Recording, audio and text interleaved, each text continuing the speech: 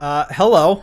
My name's Jack. I'm playing D&D. Here are my friends. Gonna tell you all about Bold them. of you to assume we're your friends. I like how his you literally took me. introduction becomes less rehearsed every time he does it.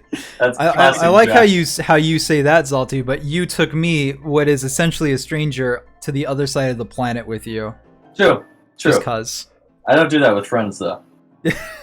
Yeah, That's right. only I still strangers. I haven't found a replacement kidney yet. Yeah, he was yeah. trying to kill you, but you survived. I can't bring you there again until you have another kidney to donate. Until you spontaneously regrow one. To kind of get this ball rolling, to get us into the mood. I am not the dungeon master today. Today I'm the sheriff of these parts. I lay down the law, but of the people that I have little less control over. Zaltu is playing Castor, the dark monk of Tal. Look at him, his flurry of blows. They're fast and they're furious, and there are a lot of blows. But not Vin Diesel. Not Vin Diesel. To the right of him, Chef is playing Clayton Draze, the right hand of the gunslinger. Pow. Pow pow. To his right is Gerald, who's playing as Lucius, the devilish bard. Tender. He's not here right now, he's in the bathroom, he's coming back pretty soon here. He told us to do this without him, for the record. I think he said to do it without us. That was our best him. guess. We parsed what we could. We weren't listening to what he said, so we just assumed. Yeah, He will be exactly. missed. To the right of him is Spooky, who is playing as Simon Nikiforov, Yeah. the Russian spell slinger. Hell yeah. I fucked up. I fucked up Slinger. But you I think I got got- to keep it off. So yeah, I got there that you go. one. Yeah, so it's important. Who wants to tell us what happened last week? Who wants to describe the events in boy. dramatic detail? Oh, nothing of significance. Yeah. We discovered that you gotta mute your phone there, bud. Yeah, that's still on sound, yeah. We discovered that our little town of Wayfinder had been completely overrun with bandits, as the Spudder Dust gang was very upset of our polite execution of Mr. Joel Two Fingers, Just a bit. and as a result, Big Jimbo came in with his shotgun. And the full might of the Spudder Dust gang, and basically said no you, and tried to get us all killed, specifically me, as Clayton Draze was sold out by somebody that he is currently holding on to the orb that the governor wanted. Yeah, And that's also one of the weird things is that by all accounts, when we were live, Simon had told Lena that Lucius was the one that had it. right, Yeah, that was I weird. successfully lied to her. You had, and yet here we are. So I wonder what that's about. There is a thing for that. about someone being a snitch, and we Yeah, will somebody discuss here the snitch has later. somebody else has talked. We'll get into that That's later. fine. Yeah. I don't mind. Well, surely it wasn't me because I don't remember talking to anyone. No, like you Certainly have not so the type to tell the truth. you are so the unfortunately the thing here is the only thing that is known about you with these wanted posters is that you exist and you're a person, and that's it. How bold of them to assume I They even exist. they had to get an artist to draw your face out, and they Scene. fucked up the nose. Like they didn't. It's a little too bulbous. Scene.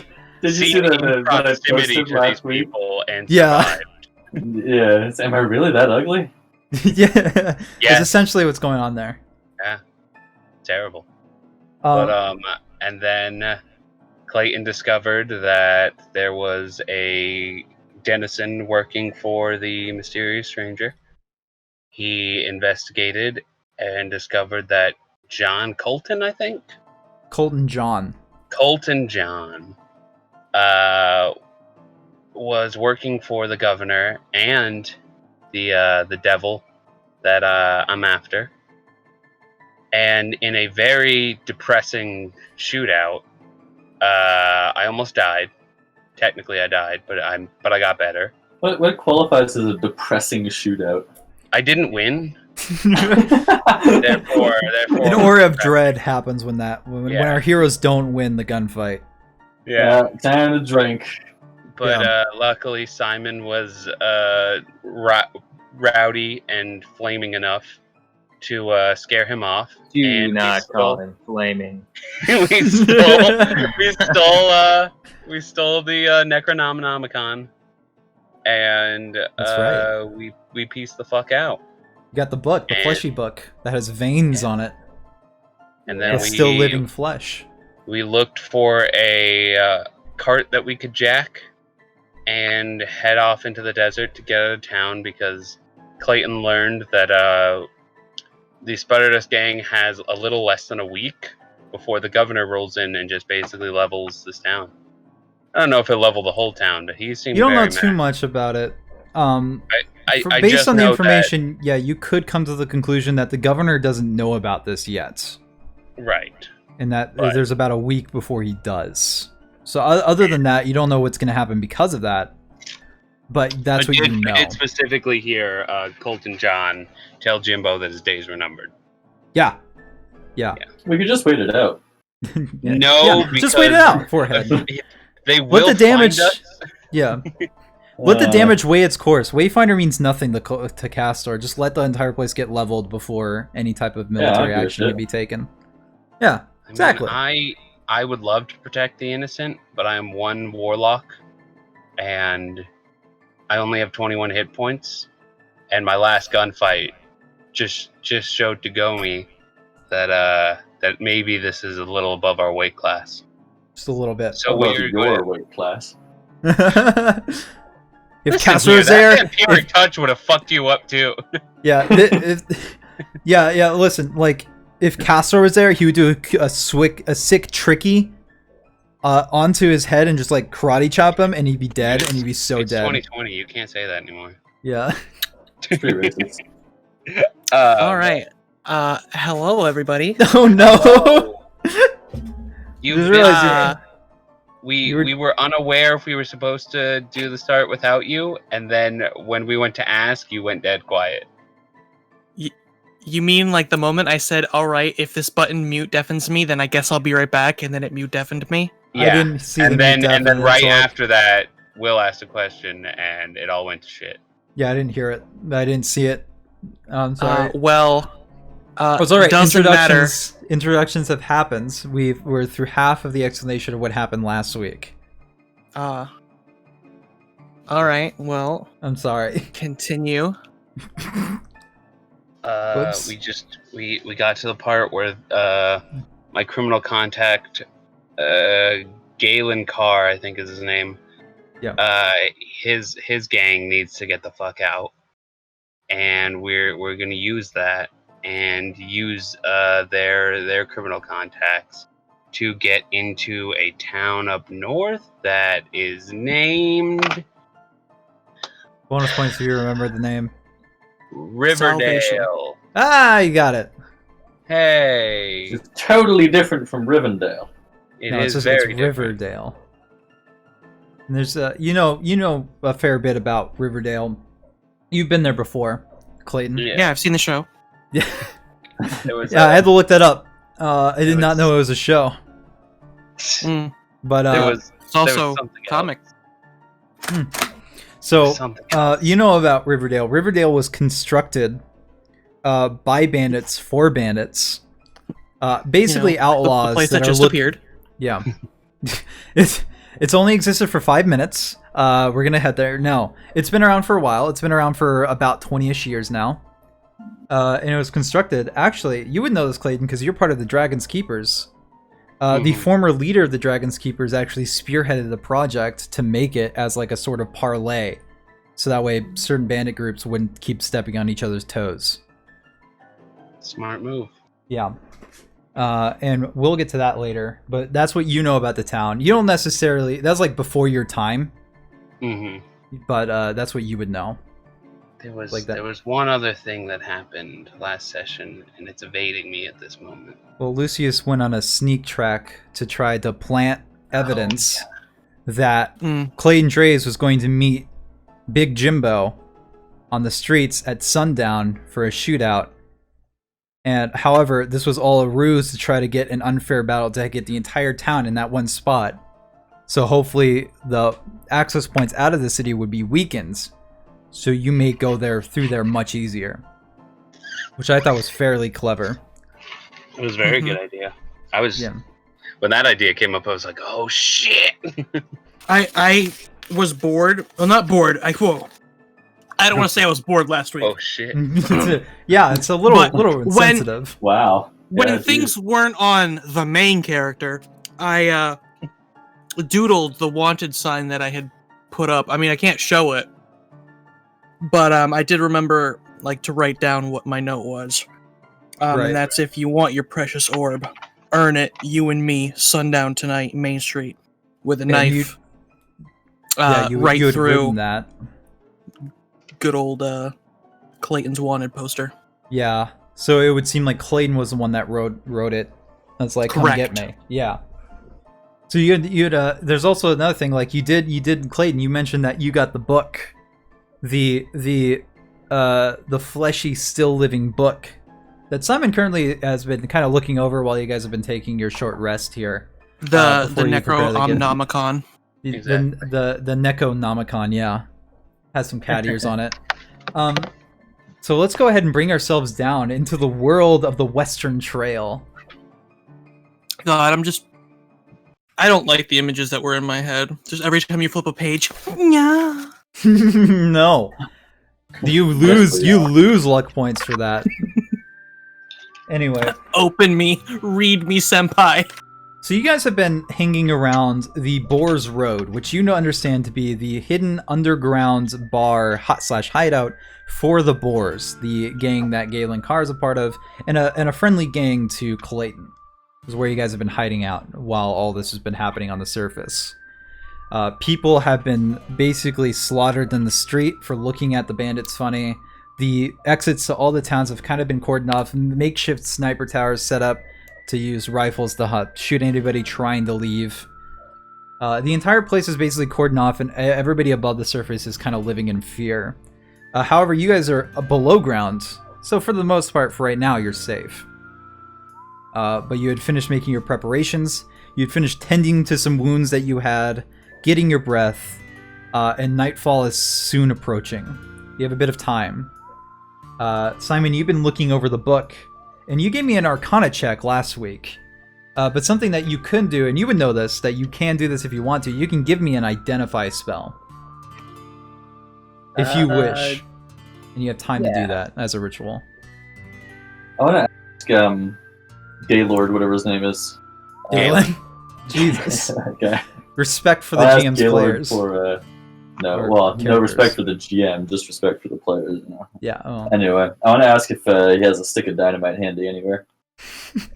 Oh, funny that you mentioned that. And he walks behind a carpet that's draped over the wall behind him, in the dirt carved out wall, and there's a secret passage behind there. He sits back there for a bit.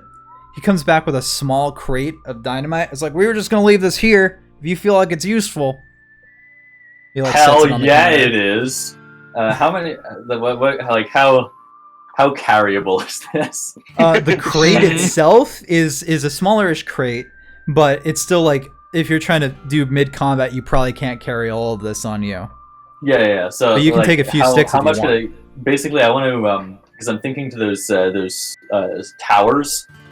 Yeah. And I want to be able to have a couple on hand in case I missed the first one, to light and then chuck at the base of the tower so I can blow it up and knock it over. Yeah, you can Castor with the stuff he's already carrying. He doesn't really have a bag on him. Would you say? You can probably fit a couple sticks in a pocket. Yeah, you got a cloak. You could probably fit a couple sticks, maybe 3, is what I'd say is the max you could probably put in a pocket.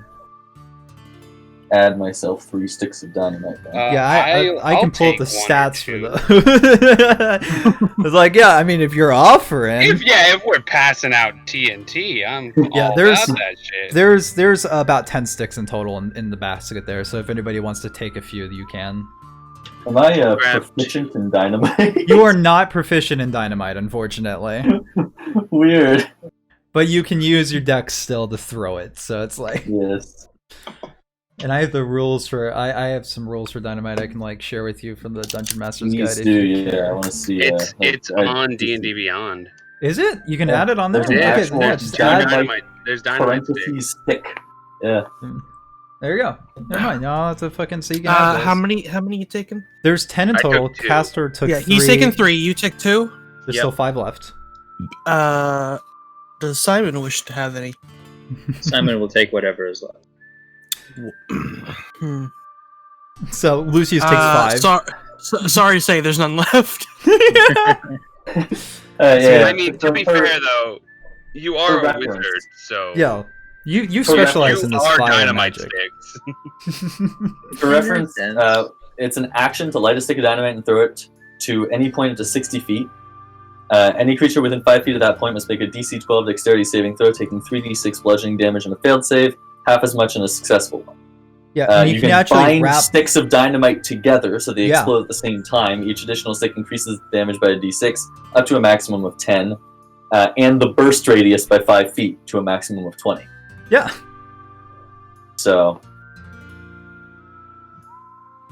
Does do you want to just like wrap them all up 5-stick combo, together? big bang. Yeah. So you like can Lucius, roll you're initiative for the dynamite. Yeah, if you rig it with a fuse to explode, roll initiative Yeah. for the dynamite. That's great. I fucking love that. Oh my god, Western Actually, campaign. Yeah, I'm gonna tie 2 of them together. I want to tie 2 of them of my 3. I want to put 2 of them together and keep one as a backup. Just like wrap them up with some cloth. Yeah, absolutely. Man, So is fucking cool. a Western campaign, everybody. You don't get that type of shit in your fucking Fey runes over here. You get those in the true. Wild West. So you guys kind of got some time. If Simon, if you did want to go ahead and like look over that Necronomicon, you can to learn more about it. I don't know if you said you were doing that. Yeah, he said he was gonna ritual identify, I think, right? Okay, sick. Are you here to hear this though? Yeah. He said he was going to do that, right? Ah, sick. Hasn't said a word if he's actually doing it or not. I'm just trying to check in. You good? Hello? Is he muted? I don't. Yeah, you, Simon. Yeah, Simon. We're talking to you. You're the one with magic. Oh, hey. And the book. Yeah, and the book. To take action on So the if you book. want to, if you have time, if you wanted to cast Identify on it to see what it is. Yeah. All right. So what you have in your hand is the Book of Nazareth, and you can actually go ahead and add the Book of Nazareth to your inventory on D&D Beyond. I've added it there, and if you want, you can read it out yourself. Yeah, if you want to, you can go ahead and read it out yourself, or I can read it to everybody. Book of Nazareth. I think I might have a better mic than you. Just Oh, so people shit. can hear clear. I'm sorry. Oh, shit. I didn't You're want to. welcome to. I can't read out loud anyway. Oh, okay. Burn. He's dissing your Um, microphone. Yeah, it's just like you're trying to say it in Russian. It's like, no, wait, hold on. So the Book of Nazareth is an ancient tome made from the flesh of devil worshippers that still lives on its cover and pulses as if it had a beating heart. It contains demonic lore written in Infernal, as well as spells and rituals cataloged by various cult leaders over the past few hundred years. A wizard may learn these spells as normal, as well as copy spells inside of it as if it was their own spellbook. There's also a part here that just claims that like your DM tells you what type of spells are already in it, if you wanted to look into that. And we'll get to that in a moment. A creature who attempts to learn from the Book of Nazareth finds that their heart begins to beat in tune with the books, and they feel less compelled to part with it. A creature who attempts to learn from the book must make a DC 15 Wisdom saving throw, or be attuned to the book. A creature attuned to this book cannot willingly give up the Book of Nazareth or cause it to be destroyed. A creature cannot be unattuned from the book unless another creature attunes to it, or by a remove curse spell or greater magic being cast on the creature. A creature remains attuned even if the book is brought a great distance from the creature. If the book is destroyed, then the attuned creature loses half of their max HP, and the book is magically reconstructed in front of the creature, containing the spells of lore copied inside, even the spells written after it was found. If the book is not attuned to a creature, then the book is reconstructed somewhere at random in the 9 hells. Health points lost in this manner cannot be healed until after a long rest. That's Oh, crazy. okay. Yeah, it's a crazy book. You guys were not kind of supposed to find this yet. But You you know have what? it. I can read Infernal. You can read Infernal. I don't think Simon Hey. can. Same. I have to check his thing. I don't think. I he think can you read have. Infernal. I think you have comprehend languages, which can be used to read I Infernal. do. Yeah. And I think that's also ritual, so you can do that as well. You have like a couple hours before sundown, and it's time to enact plans. So if you wanted to, you can start to learn from it. But I will warn you of what I've read that you might end up getting cursed because of that. I don't have the best wisdom. Yeah. But he learns more magic. I have okay wisdom. However you guys want to run this. Yes, but Right. you learning it does not help me. Yeah, that's the problem. I also can't learn spells, so that's not how warlocks work. If you had Pact of the Tome and that one feature that allowed you to learn other spells, you could, but... Yeah, You're well, not that just type of rub it warlock. in that Clayton doesn't like to read. Doesn't like to or doesn't know how to. He knows how to. He's pretty Come on. intelligent. He's a 13. He's not fucking Simon, but he's all right. Yeah, if you guys want For a second, I to thought that was an spend intro. time to read it, by all means. Um, I need to know who's reading it, So and rolls Let's need to get be made. cursed made. together. Probably Simon reading it. Clayton's So- I can- licking his wounds. Tying dynamite together and thinking about it. I can read it without risking attunement, right? It's just copying. No, Mm. by learning from the because book. I'm learning from it. Yeah, if you're learning from it, you're learning lore from it. And we also don't have to do this right now. You don't have to. Could You can keep the do it book later. and we can move on later. Can I? Yeah. Will this also fit in the bag, the lead pouch that holds the orb? Can we cram it It's in a very, very tight fit. You think if you force it, but you might tear something. That's We like, need to steal a bag of holding, guys. yeah. Yeah. Because I don't think we can afford one. I specifically got a lead line pouch Well, because it they're like prevents 400 things from like gold. detect magic and stuff. It was like 50. Well, on top of like trying to It's find, holding a you have to bowling ball. find a buyer that's selling it, which is just equally as hard because it's like a random roll what they're selling. So it's Mhm. just along those lines. Like, who knows? Maybe you'll find one day. Maybe I'll be like, there's a bag of holding right there. No, but you get the idea. I take it. Let's just go to watch. I'm sure they have it. It's actually a bag of devouring. So it's like I put my hand in it, you lose your hands. Yeah. Yeah. Bold of you to assume I have hands. I hope so. Man, You're- that reminds me you're of the mimic bag, I think. Or no, the mimic ring I was telling you about. Oh yeah, it's kind of a similar deal. It's just a bag of devouring is a bag of holding, except instead of it being a bag of holding, there's actually a creature on the other side of the bag that eats You put everything you put inside of it, and you don't really get You it put the back. ring on your Saying. finger. The ring licks you. Yeah, I mimic ring. was Yeah. gonna say you take one of these bags and you slide it over someone's head, one of your enemy's heads. So if you guys want to read the book now, you can. If it sounds like the general consensus is to hold off on that shit. Might be a better idea to wait a bit. Definitely, yeah. Also, you I do would know that hate if for it is us to get attuned and then it break and you lose your max hit point. Yeah, there's it's just you take that much as damage is what I meant to word it as, but you get the idea. The kind of deal here is that though, if you do know that if you did destroy it, whoever was currently attuned to it would take a massive hit, but they would also get the book. Yeah, and I don't want to give them the book. Is there a way to tell if someone can do it right now? With your identify spell, you can feel like the sense that it is attuned to somebody. Did I randomly disconnect for no reason? I Probably. think so. Cool. Yeah. But if you guys are kind of just like finished with your plans and you kind of want to get things on the roll, we can go ahead and start making our break for it. I want to put a little bit of a timer on my 2 stick of dynamite. Just a tie a little bit of bit. twine to the end of it. How much? Yeah, exactly. So like a turn of Um, combat, I think. That's like 6 seconds. Let's make it 12 seconds. 2 turns of combat. 2 turns and then it goes off. All right.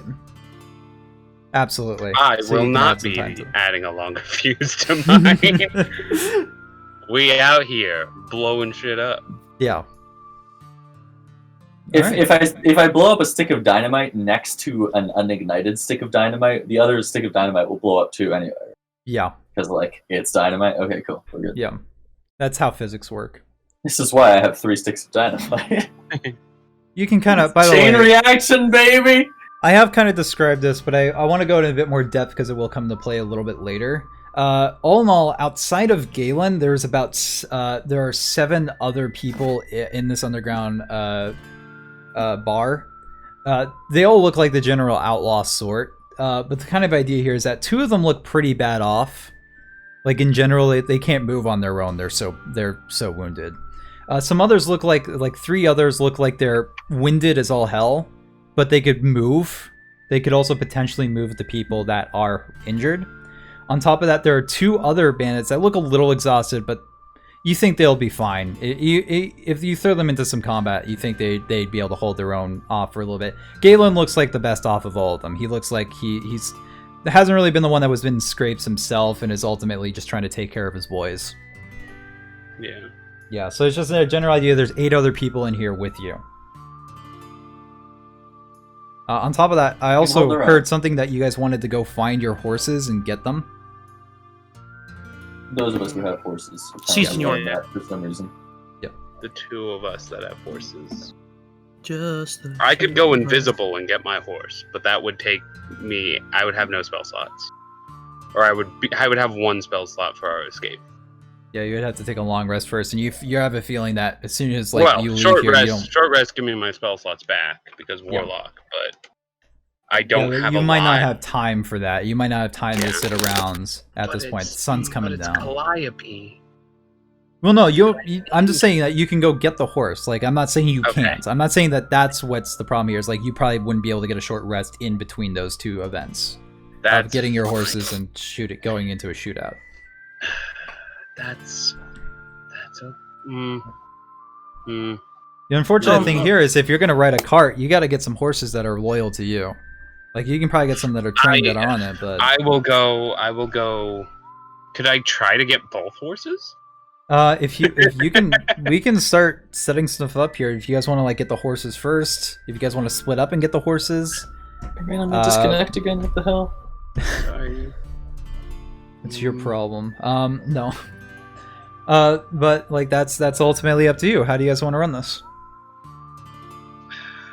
I can't ride a horse, so... I'm gonna go get my horse. That is decided. Lucius also has a horse. Do they want to get their horse? I mean, I do want my horse. All right. You guys want to go together? Who's going with? Like, how's this going down? Is it? I mean, I can go as backup. If you can't, if you seem to not be able to do it yourself to grab both horses, I have Phantasmal Force. So if someone's hey, wait a second. Like if we see that someone might be looking, then I can. Well, I can go invisible. So I can, but if someone sees something suspicious, I can make it seem like there's no horses. That's great. Well. The way I'm kind of thinking about this as like the person that's simulating this world, if there's an invisible person riding a horse, there might be some cause for concern, and that might mean that you would have to go immediately from horse getting to leaving the city. You might have to if you can't hide the horse properly. We get the horses on our way out anyway. Yeah. Yeah. All right, let's do that then. Let's do a tactical, like a 2-pronged system.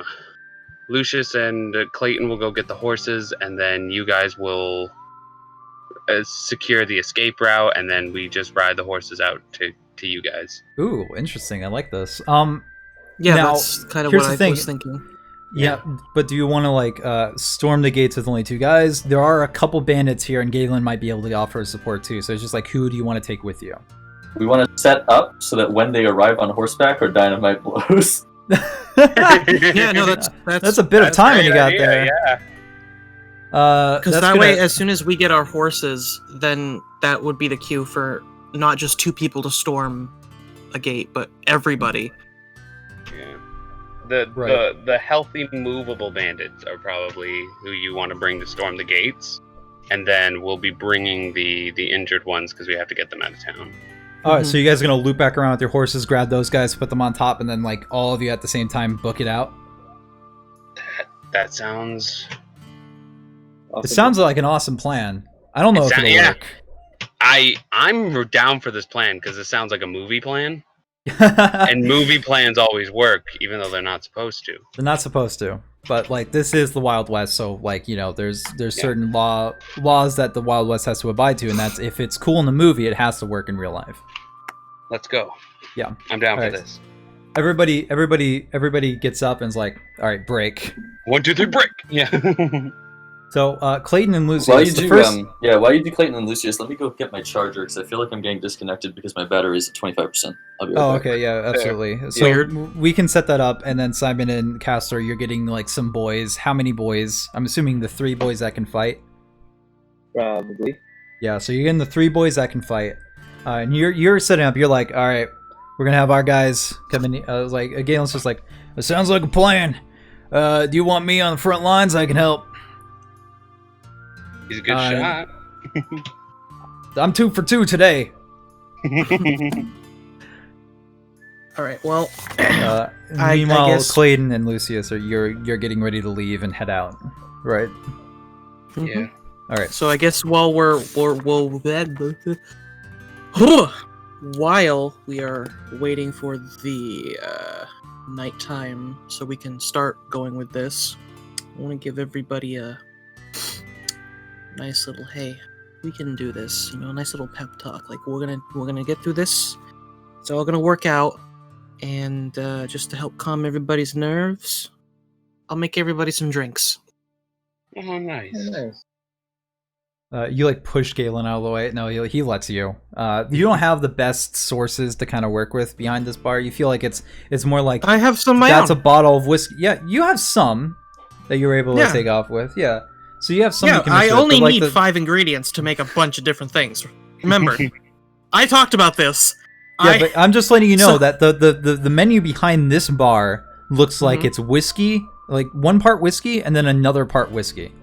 It's kind of like what you kind of get the idea of behind this bar. Whiskey and more whiskey. Yeah. So if you want to start making drinks, you know what? Yeah, fucking start mixing some shit, dude. What do you make? Dude, so I decided to make a tiny recipe book of things to do with 5 ingredients. Like in real life, you have one in your hands at this moment? Yes. Give yourself a fucking luck point. For these, for the in-game drinks, I made a real life recipe book. Yeah. Fucking give yourself a fucking luck point, dude. You deserve it. Go ahead and make something. I'm not even gonna have you roll. Just make something. This is Lucius's deal. This is what he is.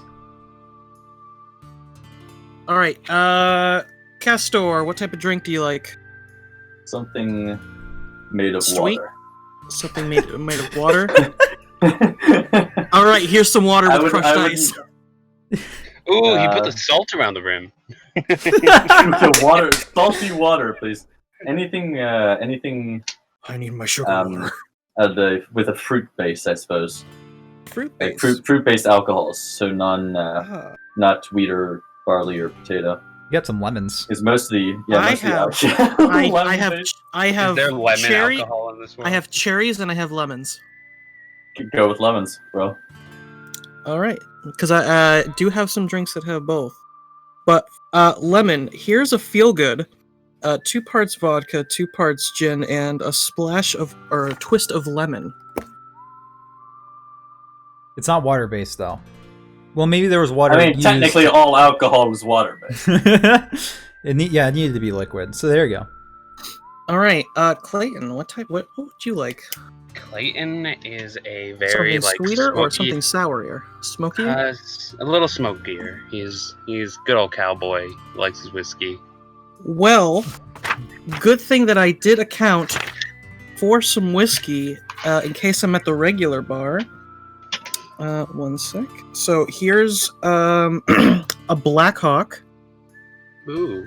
Which is 1 1/4 ounce of whiskey, 1 1/4 ounce of gin, and 1/2 ounce of cherry. Nice. So it's whiskey, but with a little bit of taste in there of the cherry. Nice. He's gonna He's very used to like taking like really rough alcohols, so he like starts to like try to like down it quickly, and then just kind of like stops, and it's just like now enjoying it. It's like, oh, all shit, right, and this doesn't Simon. have to hurt. He's going to look at you and then pull out his brown bottle of vodka and be like, "It doesn't." Well, mind if I borrow that? Because here's a straight shot, which is 3 ounces of vodka just shaken over some ice. Why wouldn't he just pour that himself? Because I'm a Lucius bartender. is cool. Because Yeah. you pay for the flair, not the drink. It's still your vodka. You get the vodka you like, but it's just shaken over some ice, so it's a nice refreshment. He's just gonna like just drink his own and be like, it's really fine. You can keep your ice, man. You can keep your ice, it melts the next day. And You then gotta I learn a make vodka various cocktail. miscellaneous drinks for the rest of the people in this area. Yeah, the people that can accept it graciously do it. The people that are basically holding open wounds on the tables are like, that they can barely speak to you here, man. But Galen, pour on the wounds. yeah, toughen up. It's like pour the salt mixture for the margaritas all over it. No. God damn it! Ah, God, no. You're By the way, jerking Lucius, this man. Lucius, is there any alcohol here that could be used as a flammable instigator?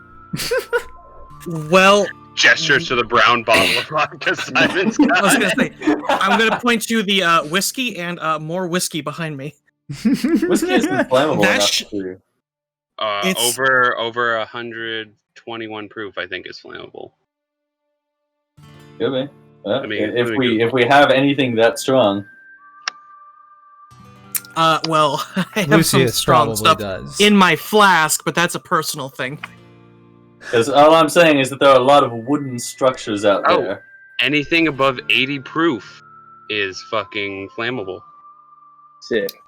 I'm not sure if standard whiskey's. I'm not that much of a connoisseur as the Standard senior whiskey leader of the generally world. isn't. I Alright. think most standard drinks are around 40 at highest. All right, then Luis? the stuff on the shelf probably isn't, but stuff that Lucius has probably is. Because he keeps himself This stocked. bar doesn't stock absinthe. You have a This feeling is it's not really that type of bar. This it's isn't a- really a bar. This is a shit shack hideout. Hey. And Hey. all the more reason to have the strongest shit possible. Galen like yelled at, "Hey, I dug this out myself with this spoon and a And shovel it looks and a shovel." fantastic for the shithole it is. It's a luxury shithole. He accepts his drink and downs it. A little upset about that. Well, he can't be should too have- upset. He can't be too upset because the drink just tastes so damn good. Jack Daniels whiskey is 80 proof. There's no fucking way. That shit's the weakest thing in the That's world. what it says. Jack Daniels number It 7. depends is on what 80 you buy. proof. There's a lot, but I don't Yeah. want to get into that right now. All right. So we'll let the alcoholic get into it later. Unless we're talking about Everclear. Woo! Mom and dad are fighting. So you don't really see the daylight out, but you can assume that around this time it's about time to act. So we can start putting plans into motion. Let's go. All right, so then Clayton and I will head out. Actually, I got a different one. Here we go. There's a different playlist. Not as many songs. It's not playing right now. Why is it not? God damn it! Lied to me. Nope. I heard a half a second of something. Fuck it. This one. Never mind. We're gonna do this one.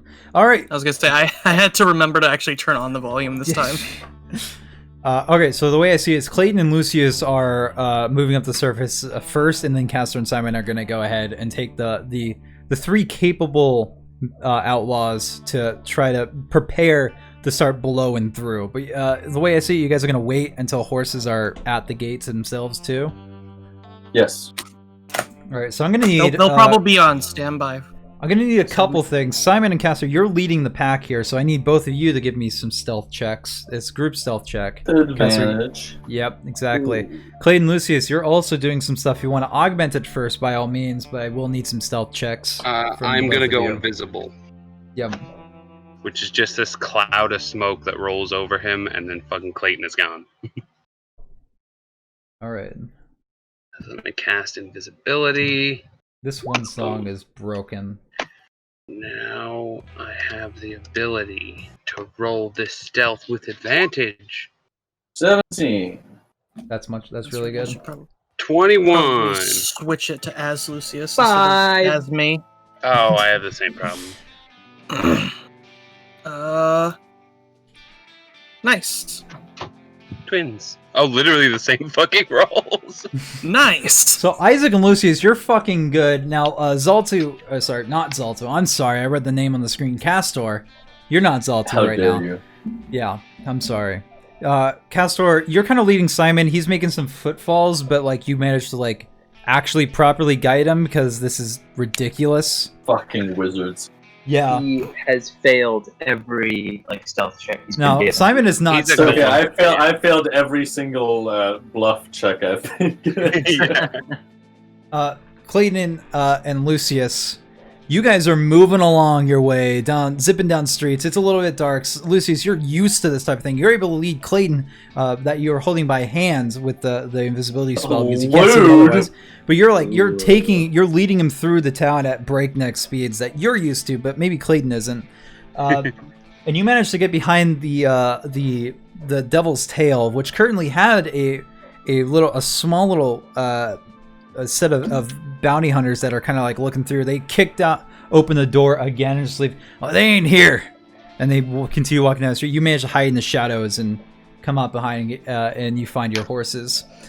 We kind of bring ourselves back into the sky and down at the other end of town, in the middle of it. There, in various buildings, there are people that are loading guns and like holding on, looking out windows, hidden from sight.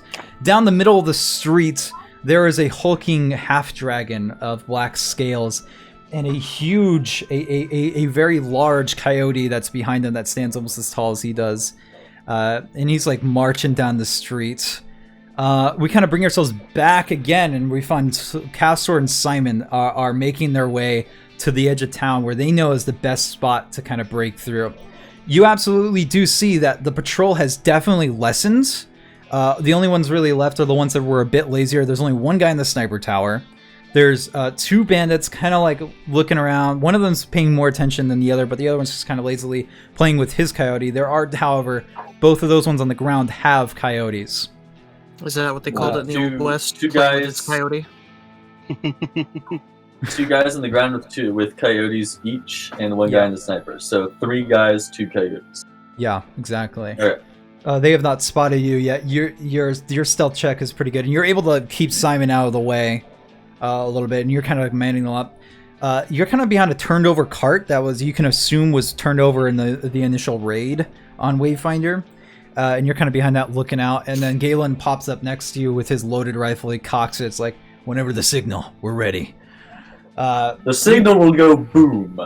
I want to see how are these guys arranged? Because I want to try and chuck my dynamite at the base of the tower at one of the 4 pillars that will hold it up. But I want to do it in such a way that if the tower does successfully topple, it will fall on as many enemies as I can get it to. It might be a little bit harder. The kind of deal is that there is like one guy on a coyote is on one side of the street while the other one is on the other, but like the tower itself is a little bit past them, so it might be a little bit hard to blow it up exactly. That's going to take some real good rolls. I'll say it's like on the scale of like when you throw it. I'll say like the better you roll when you throw it, the easily it is like set up there. If it's easier to make it collapse so that it blocks off one of the guys in the coyotes, it blocks off their route, then I'd rather do that. Yeah, separate our people. Now you have some options here of what you can do. You can stealth up there, give me another stealth check, and try to set it there where you want it specifically, or you can, when the time comes, chuck it. And obviously they have their own downfalls. I'm gonna wait until I hear hooves, and I'm gonna try and sneak dash up and place it. So like a little bit before when we would go in, but not so far ahead that if I accidentally roll a 1, which I then I'd have to do twice because I'm rolling with advantage. But if I accidentally roll 2 1s, we don't have like 8 rounds of combat before our friends arrive. Yeah. All right. Then, kind of bringing ourselves back, unless Simon had something. Or if he's just like waiting. He's fully ready to let someone else take a lead. Yeah, you're preparing the arcane in your minds. We bring ourselves back up to the sky and back down behind the Devil's Tail, where the horses are being kept. You guys see, I forget the names exactly, but I know one of them's Calliope. I don't know what Lucius's horse's name. I don't think I ever said... Did I ever say it? I don't think you ever said it to me. Arabella. Arabella. So Calliope and Arabella are absolutely behind the bar. They're kind of tied up right now. They seem a little frantic. But the kind of idea is, like, while you're, like, getting your horses untied, you hear some noise from around the corner. And you just... I heard that they have some horses back here. Maybe they're, maybe if we take them, they'll come for them. And yeah, you actually hear, like, footsteps and, like, a lit torch illuminating the side of the building, coming in your direction. What do you do? Kill him. I do have an option, but if I do this, I'm out of spell slots. Them's the breaks. So I will. I want to know what if you have an idea. If not, I'll do some. I could do multiple things. I could, depending on. If you want, I can give you a better description of the area. Then they're coming around the corner. Pull up the bar map. I don't think it's necessary right this moment, but the kind of idea is that they're coming in from a way, like, not, like, there's, the Devil's Tail kind of sits at, like, a cornerstone of a street, so the way they're kind of coming around is that, like, there is a decent way, in the back where your horses are kind of captive. Where they're coming is from an alleyway, like, that's kind of wedged with, like, a 5 to 7 foot gap between the two buildings. On the other side of the Devil's Tail. So they're not coming in from the opener more streets. They're coming in from, like, the alleyway. Well, all I'm saying is it's probably, what, 2 guys? You can probably assume with the footsteps maybe about 2. I can assume it's probably 2 guys. You know, one guy talking to another. I can use sleep and put him to sleep. That might be a good idea. So if that's the plan, then... My other plan was to use Cause Fear on the both of them. But then that was my plan with Phantasmal Force. Or I could make it so they can't see it, but it only works. Like, I have to cast it twice, and that's not good. Yeah, that's not good. Could you use Thaumaturgy to snuff out their torch? That might work. That could work. Yeah, and that would kind of illuminate you guys. That would, like, put you in enough darkness where Clayton, you would kind of struggle to see as well, but Lucius, you would still be able to see just fine. And that would cause enough confusion that it wouldn't be like combat starts outright because they can't. Their eyes are still adjusting. And it would give us a little more time, and I don't have to drop invisibility yet. That's what you could do. I don't think you guys should Cause Fear because don't worry. I don't really want to. Yeah, I don't want to either. I don't want to fight right now. I just mean that if they start running away from you, then they're going to tell someone.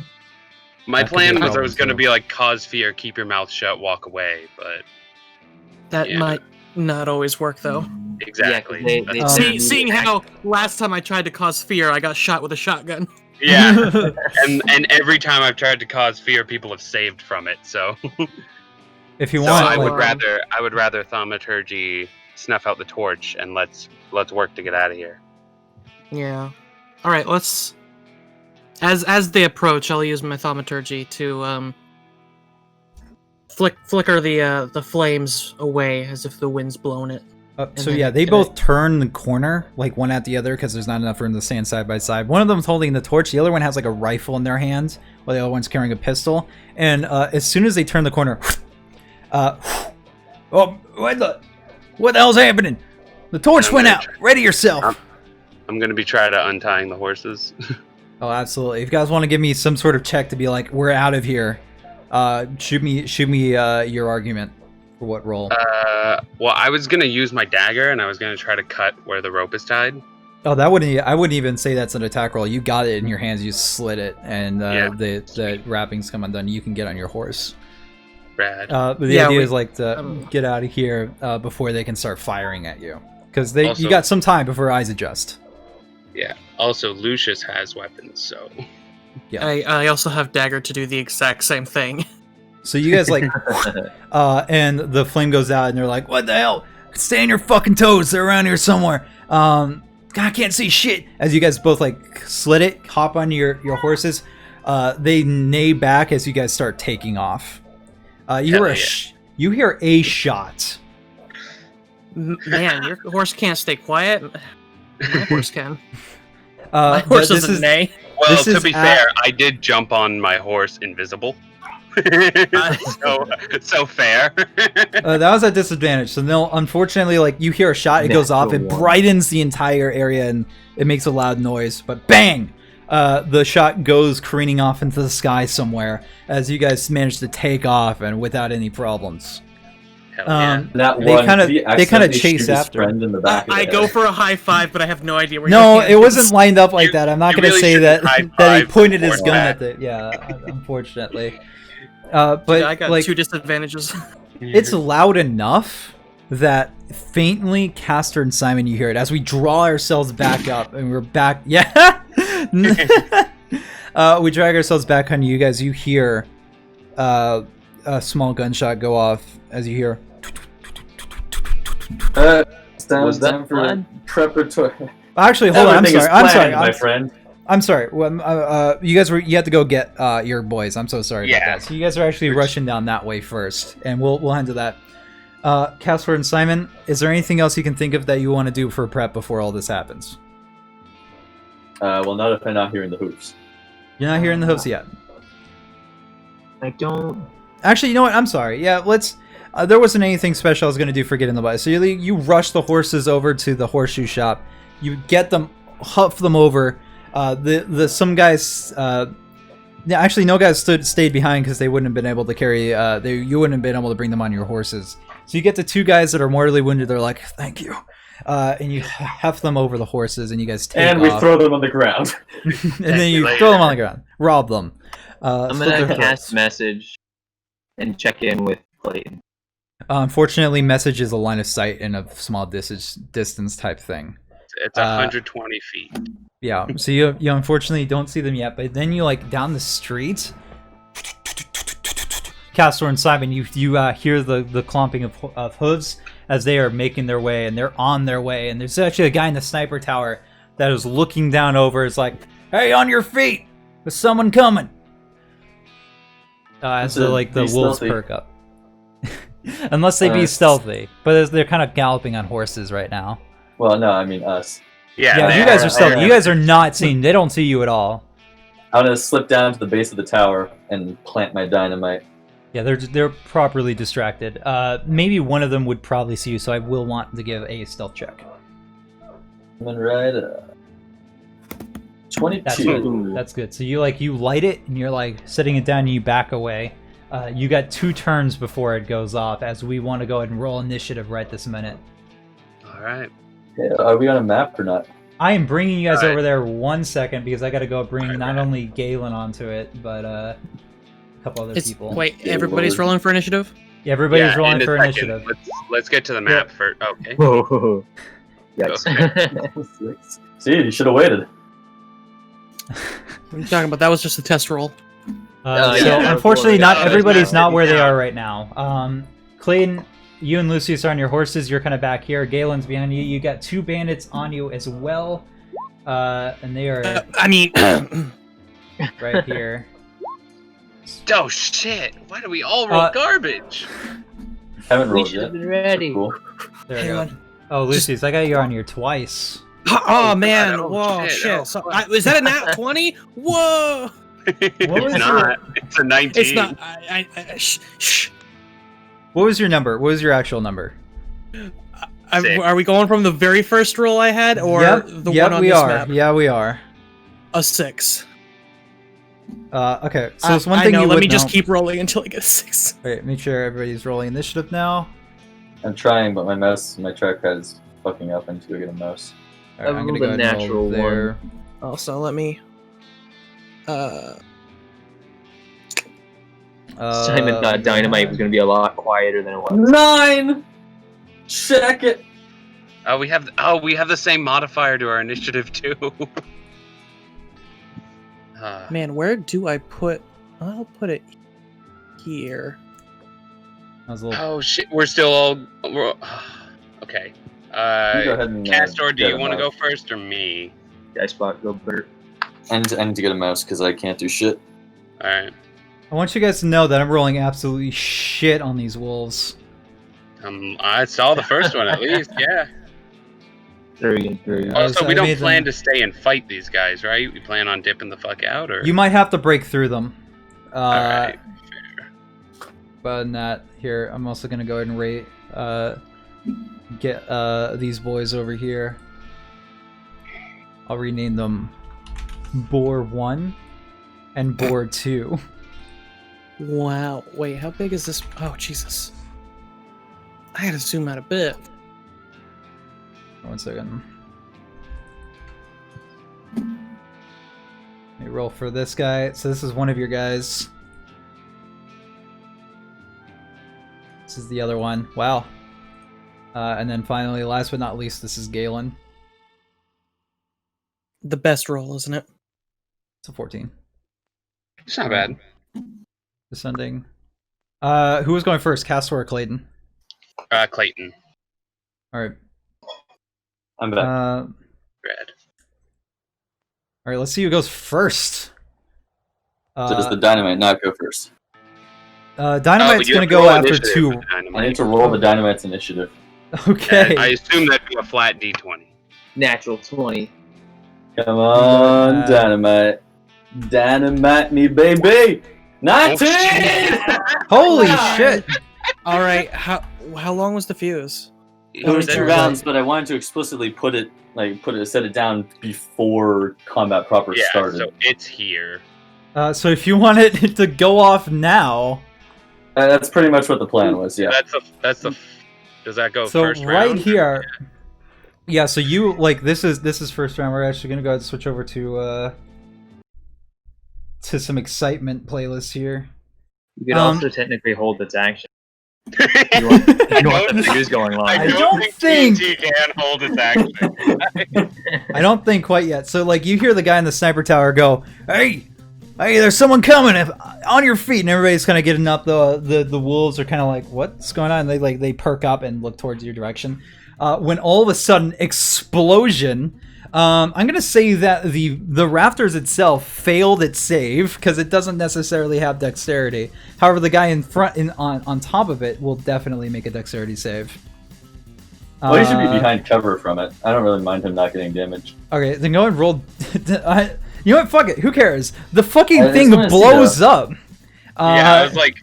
and he does make it's a he does make a 4d6 dexterity. damage to Yeah, it's to a broken. wooden structure. Yeah.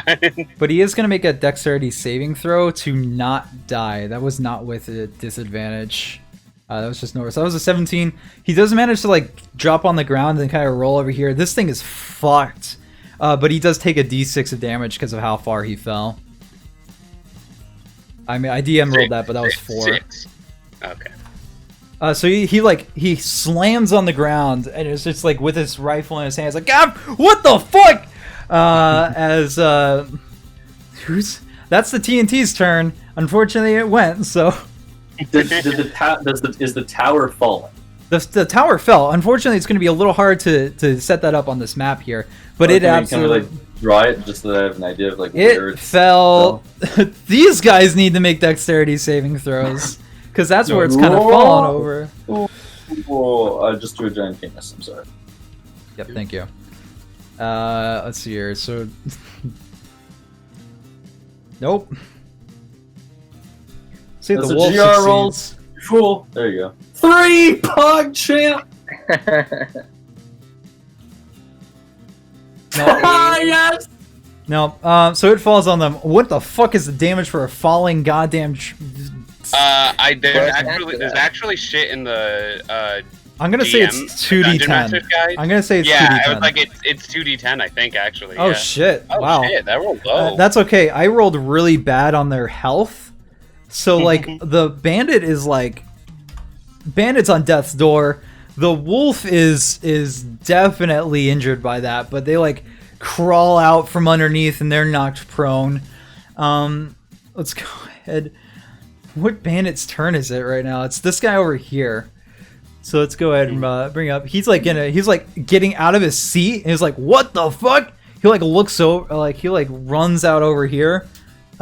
He's kind of like he sees you guys on horses, and like, "What the fuck?" And like goes to shoot at Lucius. Yeah. Sorry, is yelling a free action? It is. Yelling is not an action. God damn it. It is absolutely part of movement. All right, so he's gonna go shoot at Lucius, who he sees first. As Clayton. Go ahead. Oh shit! 17 hit.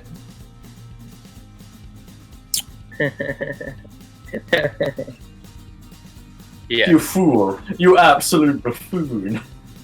You take 7 piercing damage as. Oh, I'm sorry. Wait, that was at disadvantage. He is not within a good enough range to have that be a normal roll. I'm gonna roll again. No, okay. So the shot goes careening. I'm sorry. He's definitely past his distance for the revolver. As he like runs out and like he sees the horse coming, he like goes to fire, and Lucius like some hair gets grazed. As you're like, what the fuck? It is Galen Carr's turn. Revolver. The range on the revolver is 40 feet to 120. So like, yeah, he would unfortunately have disadvantage on that roll to attack him from that distance. Galen's just like, well, I guess we're starting. And he jumps out over here and he takes his own rifle and he goes to shoot at this guy. Which he does in fact hit. And outright murders him. Jesus. So Galen Carr, much to like canonical fiction here, like pulls a lever on it, like comes out past Castor and bang, straight through the head. This guy goes knocked on the floor, and he is just gone. As he's instantly murked. Pop off, Gaylord. This guy right here like gets up and is just like, nope, and starts running this way, taking the dash action. He's just like gone over here. I should probably show that on the camera. So like this bandit over here just fucking ran for it, and he's like out of the map now with his move. Man, they're already all fucking. Yeah, they're not looking great here, man. Clayton, that is your turn. So Clayton is gonna ride forward on. So you have like 60 feet on Calliope, yeah. Yeah. Let me just measure. You're only barely faster than me. So need a horse to do that shit. I'm gonna move to here, and during the ride up, because Clayton was invisible before this, as he goes, he's gonna aim his gun, and then just slowly, piece by piece, the smoke like billows around Clayton's, like the invisibility is dropping, and then there's just like this red hot, like, or a white hot, like fire in his eyes as he's gonna aim the gun, and just with like basically one word, just say, "Leave." And I'm gonna cast Cause Fear from the Hellfire and Smoke on this guy and this guy. All right, what do I need from that? Wisdom saving throws. That's the wolf. He succeeds. Damn. Yeah. Wolf wasn't looking. What's your DC? Okay. The DC is 13, I believe. Let me check real fast. Yep, 13.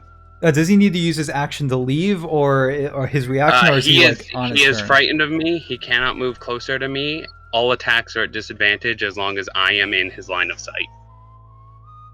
We'll use this one for now. There you go.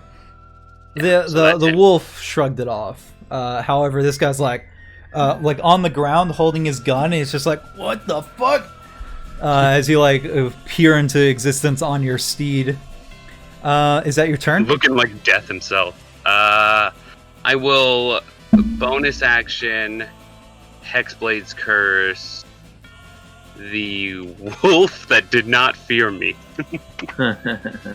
Well, yeah. The noose just wraps around the neck like a collar. Yeah, it is cursed. Like and that is gonna be my turn. Castor, you're up. Sweet. I want to essentially make my way over to in front of the wolf Make there. my whoops. Make my whoops. Can I you want move that far? to kind of climb up onto the cart, push myself off it with my feet, do like a couple rolls, and then when I get to the apex of my last roll, because it's my max movement, I'm gonna draw my blade and fucking slice at it horizontally, like I learned in fucking weeb class years ago. All right, go ahead and move up to the wolf then, and take your attack action. This is a bit of difficult terrain to like crawl over it. But you know what? Fuck it. Whatever. Who cares? This is D&D. He's a monk. He's doing monk shit. Go ahead, give me that. Shit. Give me that attack roll. Around. Doing flips and shit. He is prone, by the way, because he got knocked over by the tower. Oh hell yeah! I forgot about that. Yeah. I guess this would be my longsword that I don't have. Fucking ruler is how you measured This the line thing. distance. That's 220s. Jesus. Oh, is that with the sunblade or is that with your longsword? That is with the longsword, but I don't have it on the roll 20 sheet yet. So it would do a longsword does a D8 of damage unless you're two-handing it. Means Unless I'm two-handing it, which I'm right pretty sure now you because are. of the way I drew it, no, I'm not. So yeah. Now unfortunately. I'm gonna say like you don't even need the roll because just like your damage modifier and the die is enough. So how do you kill this? but I wolf? want to roll. You can roll if you want, but it's just a formality. It only has 2 HP.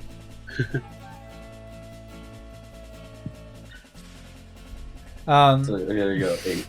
Yeah, it takes its last 2 hit points and dies.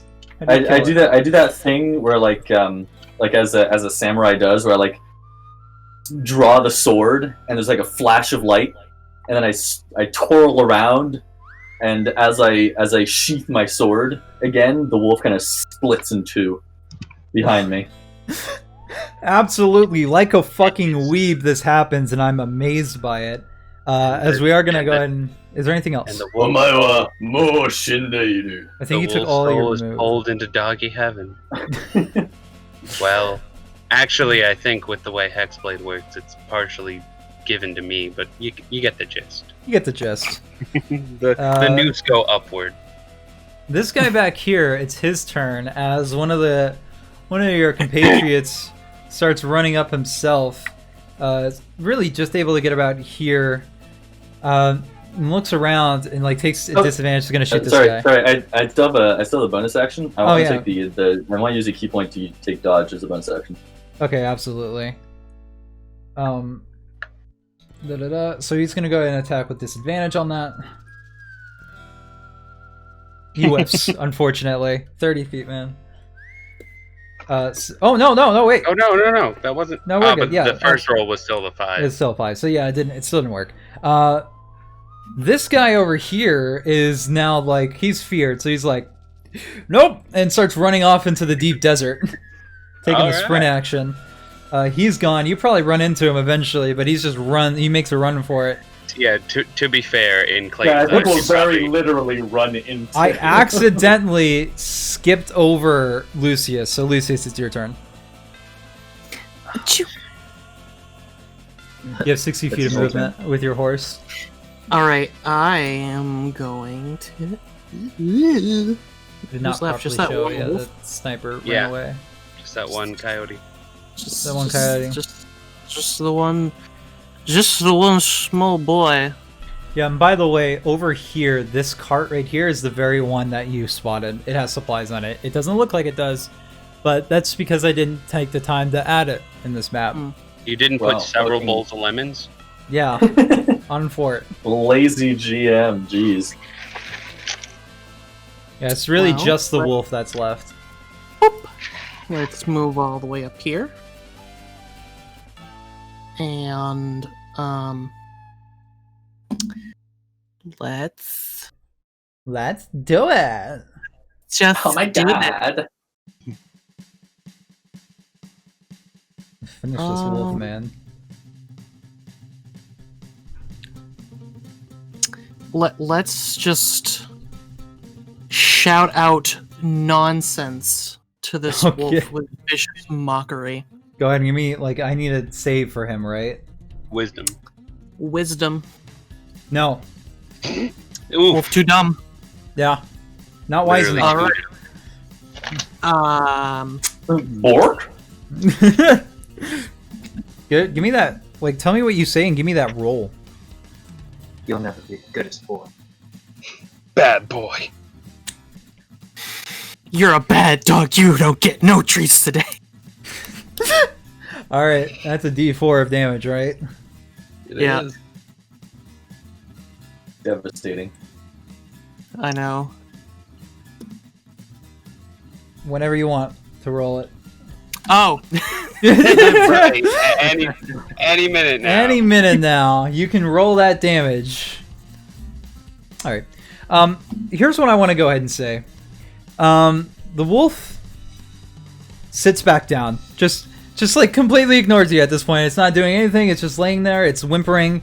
As we draw back our camera back to the middle street, still playing this music as Jimbo is just like, "Alright, Clayton, I got your message. We'll fight this out like men." Everybody like still hidden the buildings. He just turns around with the shotgun in hand and looks both ways. Clayton? He just like sits there seething as one of his guys comes up to him. It's like, there's been gunshots on the other side of town. And he just continues standing there seething. And then he shoots him in the face and then walks away. We come back down to combat. Yeah, we don't even need combat anymore, but we're still keeping the action music because this is appropriate. You guys are loading up the cart. You're strapping the horses to it. You're gonna the slower guys are coming out from where they were hiding and like getting their friends off the horses and into the cart. You guys are booking it out of here. Question in general: did we bring the rest of the dynamite? Yeah, everybody has the dynamite. Yeah, everybody has the we dynamite. distributed about. Okay, Yeah. then I'm gonna as we're doing this, I'm going to, as best I can, try and throw a stick of dynamite down the main street behind us at approximately a 6-second run from us. Okay, absolutely. You might want to give it a few more rounds so that you might want to give it a few more rounds for that. No. So if someone's coming down in this general direction, just shoot it. Oh, okay. Oh, my Eldritch Blast is 120 feet. Yeah, absolutely. So you guys are like chuck it down somewhere convenient because a stick of dynamite is fairly innocuous overall, unless you're looking for it. So if someone's running down on a horse, just shoot in its general direction; it'll blow up. Yep. So yeah, you're tying up the horses. They're ready to go. Everybody's in the cart. Galen's just like, "We should move now." They probably heard that. Let's go. And you're like, "Yeah!" And the horses start taking off into the desert night. As Clayton, you look behind you and you see that there's some horses coming with some guys and they got guns and they're firing it into the air. What would you like to do as they're trying to chase you down? As soon as they get within range of the fucking dynamite, I'm gonna shoot it. Oh, absolutely. Give me that. Fuck it. Who gives a shit? You shoot it. Boom! Explosion. The horses go crazy. Bandits fall off their horses, shooting guns in the air. They run off, and ultimately enough of a crowd stop us. Since cool guys don't look at explosions, I want to be standing on top of one of the carts with my cloak billowing behind me, looking in the opposite direction. This happens. Absolutely. It is amazing. The entire town is illuminated for but a moment in this explosion of fire. There's enough of a crowd stop here that you guys are able to take off, and they don't have the resources to chase after you at this point. You guys are just booking it. Galen's taking some shots behind as well. He's not exactly hitting them, but some people, you see some good shots. For the distance, Galen's a pretty damn good fucking shot. But he's not able to necessarily kill. It's more kneecapping and whatnot. As you guys are take off. It'd be harder to hit a kneecap than a chest at that range. Yeah, but he's aiming for the chest is the problem. Yeah. He's aiming for the head. He's not hitting what he wants to, but it still looks pretty impressive. As you guys start clip-clopping through the desert, night has fully sprung by this point. You feel like you've made a good enough cover by this point that you may be able to just camp out for the night after such a long fucking grueling day of going through town and getting all this stuff set up and taking massive hits. A lot of you have like bandages that you've makeshift over a lot of wounds that you have from throughout the day, and a lot of the other people have in a very similar situation. As night has fully fallen, you feel like you've gotten far enough away that it won't be a problem. We did it, convenient boys. that the people standing guard around this carriage were nowhere near as competent as the random people that came up to us on the street and attacked us. Yeah, well, we got most of them out of the way with Lucius's good plan. Oh, thanks. Let me tell you guys, I've been running a long time, and I got but one regret. So I couldn't see Big Jimbo's dumbass face when he realized I ain't there. Well, I'm sure you can imagine it. Same as usual, essentially. Yeah. Have you ever seen him look smart? Actually, have you ever seen him? You have never seen Big Jumbo in person before. Yeah. Unfortunately, you have not made that crossing. Looks over to Lucius, just like, he looks smart. Looks like something. I wouldn't say smart. What exactly does he look like for future reference? I feel like this is an important thing for us to know. Well, he looks like a bitch. Did he look like a bitch? Yes, that could describe about half of the people that we ran into every day since we've met. Nah, they look like pussies. Oh, I There's get a big difference. There's a distinction. Yeah. It's subtle, but it's enough. Generally with the idea is that you guys had a crowd around into the cart to take off sprinting, but there's not really necessarily enough room in the back of the cart for everybody to kind of be on it. So some people would have to be walking alongside of it for the most of this journey, by the way. I believe I'm standing on top of the cart. You're on you're like on like the wagon's white. Well, I was riding the horses because yeah. Calliope my girl. Yeah. Just stuff like that. Yeah, so like you there's a couple people laying down in the cart, and those are the two people that are horribly injured. And it looks like that they didn't like the excitement too much. But it's like, a necessary evil that they had to deal with.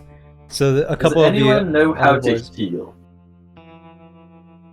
Oh, I do. Cool. Okay. Oh, he does. Would have been convenient to do that, like 8 hours ago. He did. He gave him like a healing. Yeah. Okay. Healing in spirit. Yeah. Now that we're here, he could actually like Song of Rest to help him heal while we go night. Look at Clayton knowing how to play Lucius's class. Look at Chef, the weirdo that's read every single class 4 times. Tell me what sorcerers get 8th level. Jack shit. They get an ability score improvement, but like you don't get any subclass variants to like 14th level or something ridiculous. I don't care about sorcerers, so I'll take the word on it. So if people want to start going through the cart that they had stolen, they can kind of get an idea about the resources you have to work with. How many lemons are there on this cart? There are no, just lemons themselves, as it's not a very good preservative, but you look in the crate that you saw earlier and you open it up, fair enough. There's enough rations here to get everybody across a 7-day trip. That was something that you managed to find. Stupid guys. In the Sweats corner, nervously. He better not look at my satchel. in the corner of that crate, you actually see a jar, and you take it out, and you see what looks to be like some sort of psychopath's experiment with pickleizing lemons. I will take that and you have a jar of pickled lemons. I should have dried them out. Weirdos. But you know what? It counts. It counts. But just kind of shrugs to the rest of the party, like, I don't. Did you add the pickled lemon item to D&D Beyond? No, I did not. Unfortunately, you can add it as a custom item to your character sheet and give it a weight of like 2 pounds.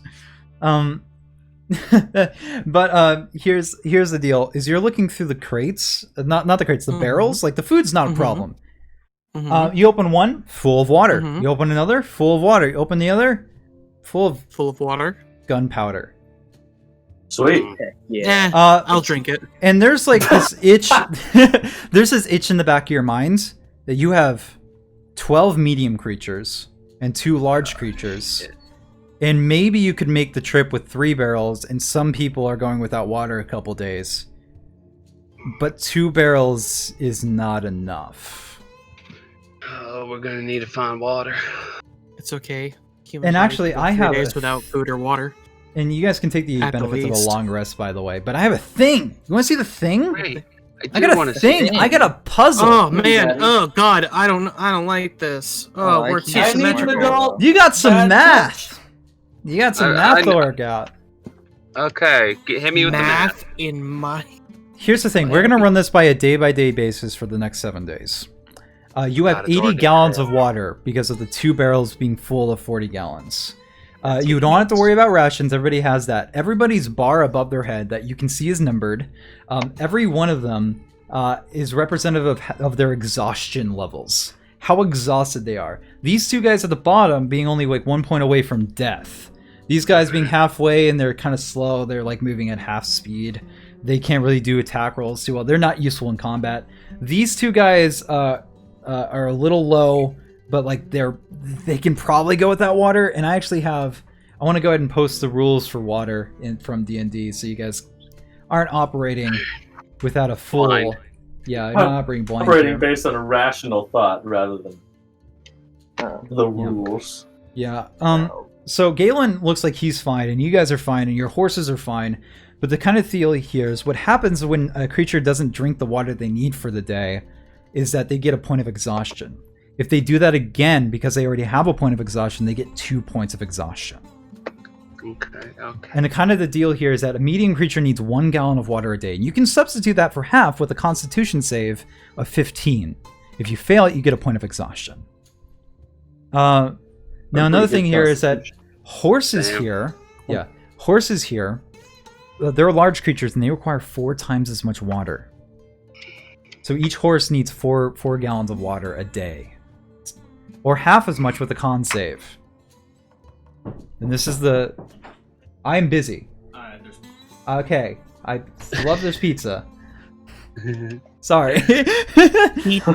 Pasta. So the kind of deal is we're going to run this day by day. You guys can divvy out the water as much as you want. You can also make survival rolls if you want to try to find water. I will say, oh no, it's not necessarily 11 gallons a day. It's each creature here. Each creature here requires 1, and then the 2 horses require 4. I know. I'm just saying to make it a week on 80 gallons, we have a maximum or an average to spend of about 11 a day. Yeah. We really don't want the horses dying because that'll make the trip longer. Correct. Even exhausting, which means we can't afford to have the horses take any less than their 4. If you look at the rules of exhaustion, we have 4. Let me bring up. At level 2 exhaustion, their speed goes half. Oh shit! I don't want to do that either. Yeah, that's not good either. That's gonna really drag out your travel time here. Okay. So you only get 1 level of exhaustion per day without water, unless you already have a point of it. They can go 1 day without water. Yeah. Before their speed goes down. Here's the thing, though: if they already have a point of exhaustion, if you already have a point of exhaustion, when you gain exhaustion through the way of dehydration, you actually get 2 points of exhaustion. Right. And that makes it harder to heal. You can heal a point of exhaustion if you have enough water, enough food a day. At the end of a long rest, you can heal a point of exhaustion. Who's got excellent con scores? Who's got good con scores? Who's got good survival? I have both. Okay, so Simon, we don't have to worry about giving water too bad. We can have him be looking for water. I have +3 survival and same. Yeah, everybody can make a check. It's not a group check. It's not a group Everyone check. has better survival than me, so. Is there anywhere along the way that we can get more liquid? That's what we're trying to find out. That's what the survival checks were. You were in a desert. It's not a good DC, but there might be. I don't mind going without water for the first day. I don't mind going without water for 6 days. Well, unfortunately, like I said, I think, I think it's like 2 days. No, it's It'll be like at half capacity. yeah. These rules are the same. Like 3 days without water, your speed drops to 0. You're not dead, but there's no way to get the water, so you're probably gonna die the next day. To not lose these guys, we have to put at least 2 gallons of water down for these guys. We need at least 2 gallons for the horse. These guys. We need 8 gallons for the horses. Oh, we need 8 gallons. Yeah, you need 8 out because it's 4 for each. Shit, that means we only have about 3 gallons to allocate a day. Yeah, you see the problem here. Yeah, I'm seeing the math problem. Okay, we definitely need to give these guys water because I don't want them to fucking die. Okay, so here's what I can do. I can start minusing water, so I'm going to minus 2 gallons of water from the barrel here, and you can see that. Hold up now. How difficult do you guys think it would be for one person to sneak back into town and steal more water? This is not a good idea. We're very far away. It's not a good idea. It's like you camped out for the night after some distance. Well, we would have checked the number of, we would have checked the barrels before that. Though. Yeah, well, you would have checked the barrels during the night, right? Yeah. So if you really wanted to, you could go back to town. But I'm going to say that it's not going to be easy. There's going to be consequences. Easy. They're going to be because they're on high alert now. Longer if we don't get it. So I think that our best chance is to move forward as fast as we can and try and find water along the way with our group's good survival rolls that they can do. Well, I'm gonna minus 2 gallons of water for the first day of travel, and we're gonna do this by day basis. So it's like 7 days you got to travel. So these guys have gotten water that they need, and they can actually start healing points of exhaustion because of that. What are the exhaustion rules? What's a first level point of exhaustion problem? Disability on an ability check. Okay, so we don't have to feed the horses today. We can feed them every other day. No, they get 2 points of exhaustion when they get exhaustion through dehydration. Now, here's the thing, and this is actually something I noticed, is that if you go the first day without giving them water, then they'll get a point of exhaustion. If you give them water the next day, they can use that to heal the exhaustion. Yeah, so we just have So as long as you don't go too far on it. Every other day. You can probably you can probably save some water by getting by with the horses by not giving it this day. They won't like it, but yeah. It won't be too much of a problem. It's manageable. Yeah, so this day we only have 2. Let's allocate some water to these guys because they're already suffering. So let's take 3 more off. Alright. So 3 gallons off. To these guys, so that way they don't lose a point of exhaustion and can actually start healing up their own. Right. I'm gonna start doing that. So these guys are all 4 now. This guy also. These guys will, if they go without water, they will take 2 points of exhaustion. Galen Carr can go without water, and he's even saying like, if I need to go without water the first day, I don't mind. Yeah. Make sure my boys. Lucius, how is your Constitution score? I don't have any advantages to that, and it's kind of meh. Then let's. I don't want to lose. Yeah, I don't want to lose water for Lucius. So I'm not removing water this day for the horses, correct? Correct. Okay, so they are just going to go ahead and take a point of exhaustion. For at the end of the day. I'll go without water for today. Galen will go without water for today. Castor, Simon, are you guys like half drinking water, or are you going to go without? Nah, I'm good. I don't see any reason for us to drink. Well, it would be now. Disadvantage on the survival checks is my issue. It would be. That would be the deal. Is if you're. Now, technically, this is only at the end of the day. If you guys want to make the rolls first, we can make the roll first. Then, yeah. All right. Sure. Yeah. Go make your rolls first. And after that, what we should do is alternate, so that one of us at least can make the roll. I will say the other one can assist and give advantage, and it'll be better. Yeah, it would be better if I assisted you because I have proficiency in survival. And I'll say because of that, you can assist with it. So it's only a +1. I get a +3. All right. Because I'm apparently very knowledgeable about the desert. I do want to know, is Lucius and Simon drinking water or drinking half water? Or not drinking water at all? For this first day? None. No water? None. I don't know. I will go to my advisor. Hey, Clayton. Yeah. Should I drink? I mean, always. You have alcohol, don't you? You got a flask. Drink that. We're trying to conserve. Uh, We're trying to conserve water. So if you feel like you can go a day without, but I wouldn't go more than a day. I mean, sure. I don't care. All right. If I can go without water, I will go without water. You will take a point of exhaustion, though. That's well, and then we can all try to drink tomorrow. Who has the second highest survival? Lucius also has a +3. Okay, so what we should do is one of us. I will say that you can only assist in the roll if you have proficiency with survival. Ah, shit. Do I have proficiency? I don't think because I have. You're not able to properly guide somebody if you don't have the proper training yourself, and you're just kind of winging it. Okay. So then Simon. Okay, that's fine. Yeah, Simon can assist us one way or the other, and one of us between me or Lucius should always have swap every day. Should swap out every day. So Lucius, you drink today. Okay. Okay.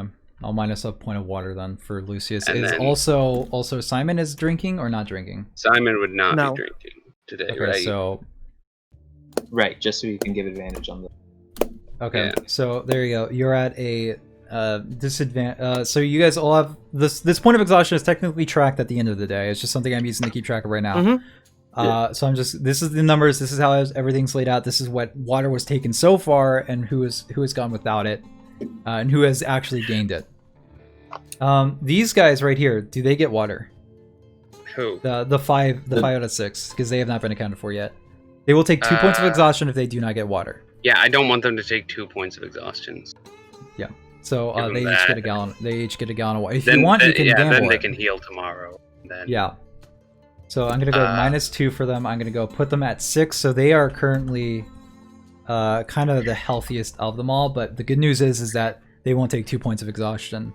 Then Castor needs to roll survival with advantage, and then I think Lucius was just roll. Okay. Then give me those survival rolls. 14, and Lucius can as well. Yeah. Unfortunately, you're looking out in the desert in the beating sun. The good news is that the seasons are on your side here, so you can go without a little bit more water. It's not winter anymore, but it is like getting into spring. But it is the desert, so it's still like very hot. So the seasons are on your side. You don't have to drink too much more water to maintain anything. Just the gallon a day. But you're looking down in the beating sun, and you're looking out across. And unfortunately, you don't see it in anything the first day. You unfortunately do not see. Okay. So, theming my wizard,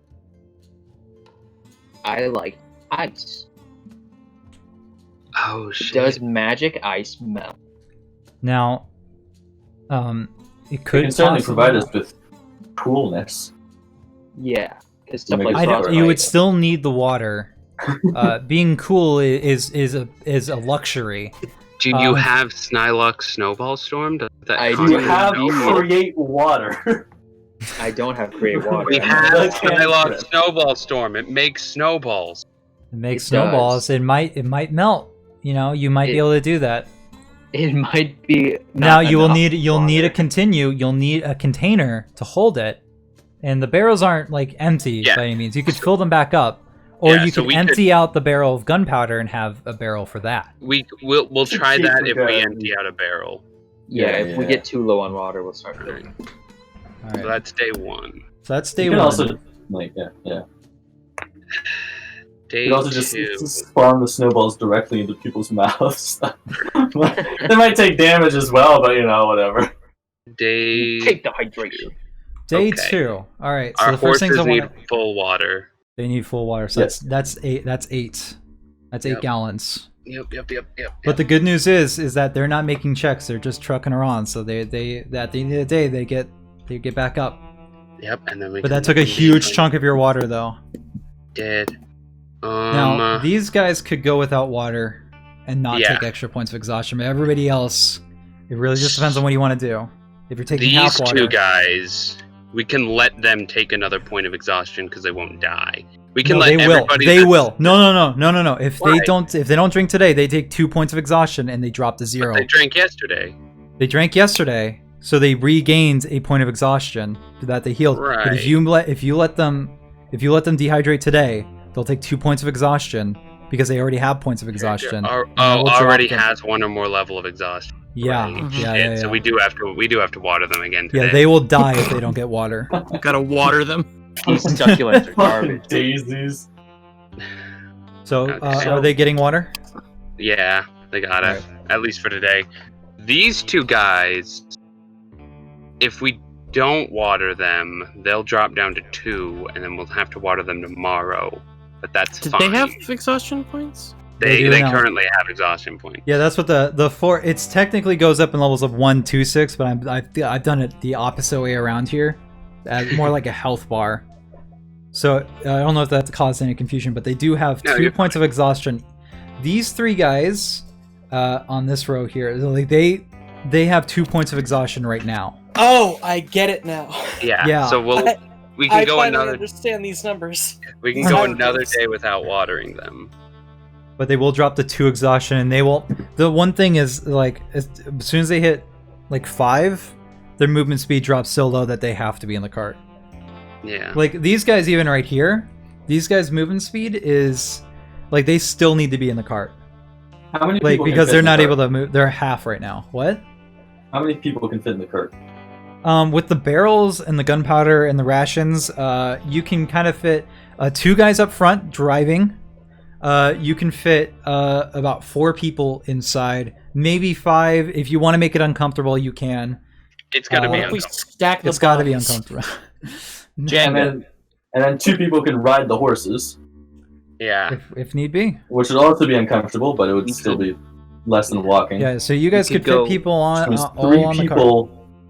3 people grand total, absolutely, or sorry, I might be miscounting. 5, 2, 2. Yeah, 3 people.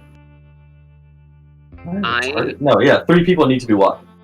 These guys volunteer because they're like, we've drank yesterday. We don't mind doing it today.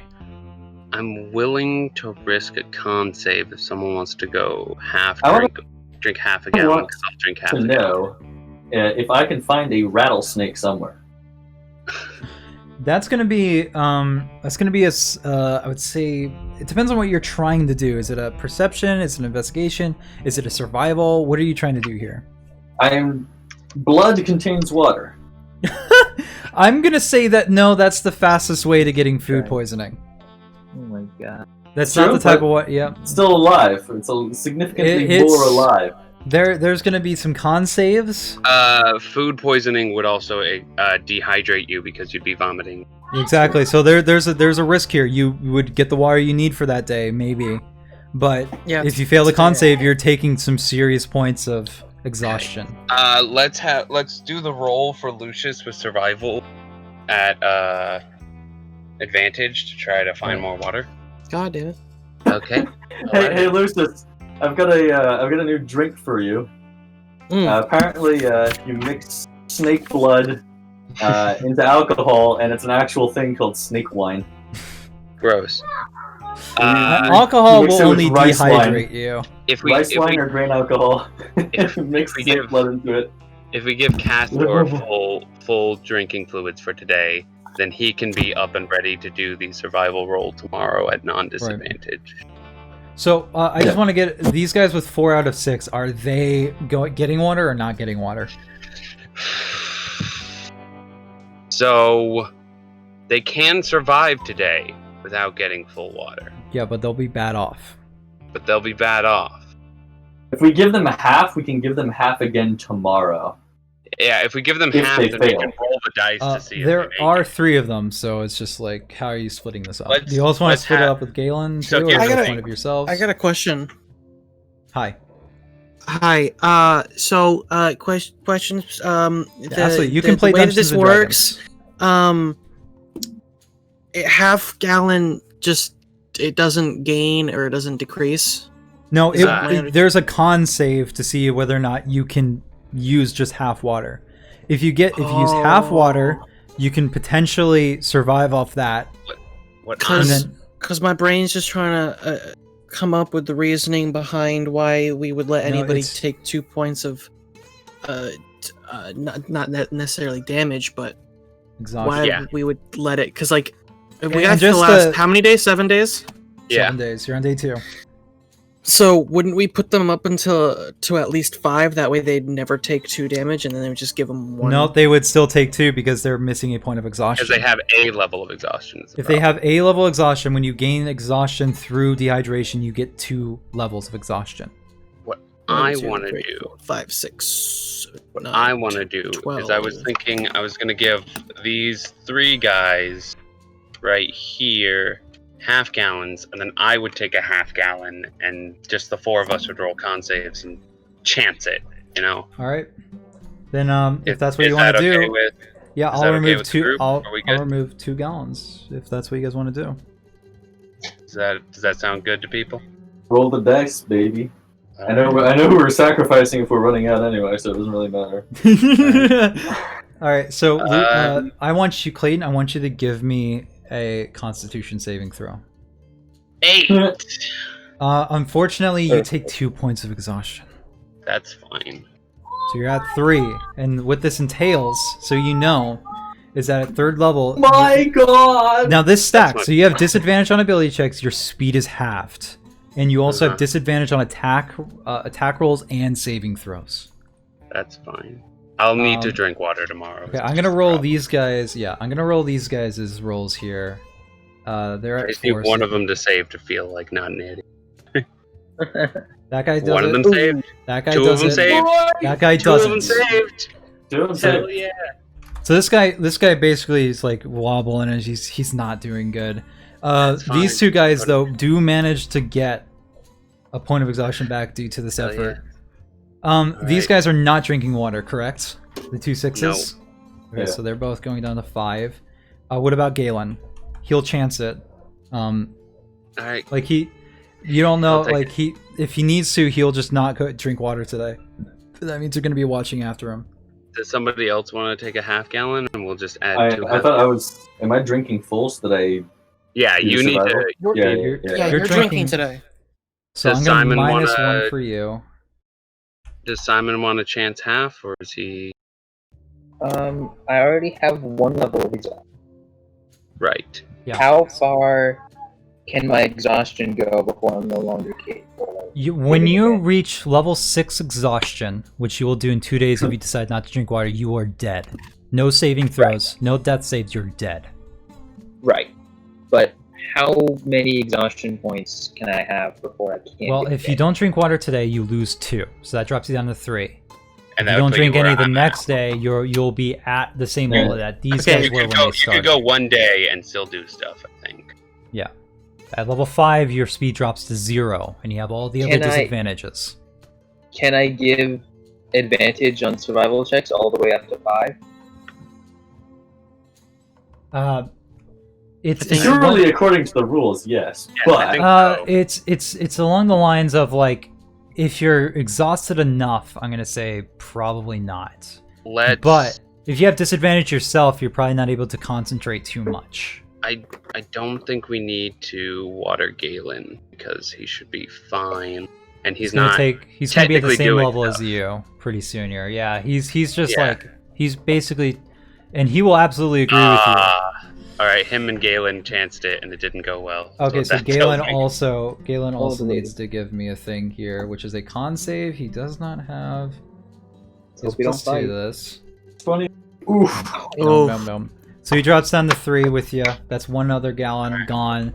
You guys unfortunately are both kind of in this weird predicament here, where like 3 of you are like half.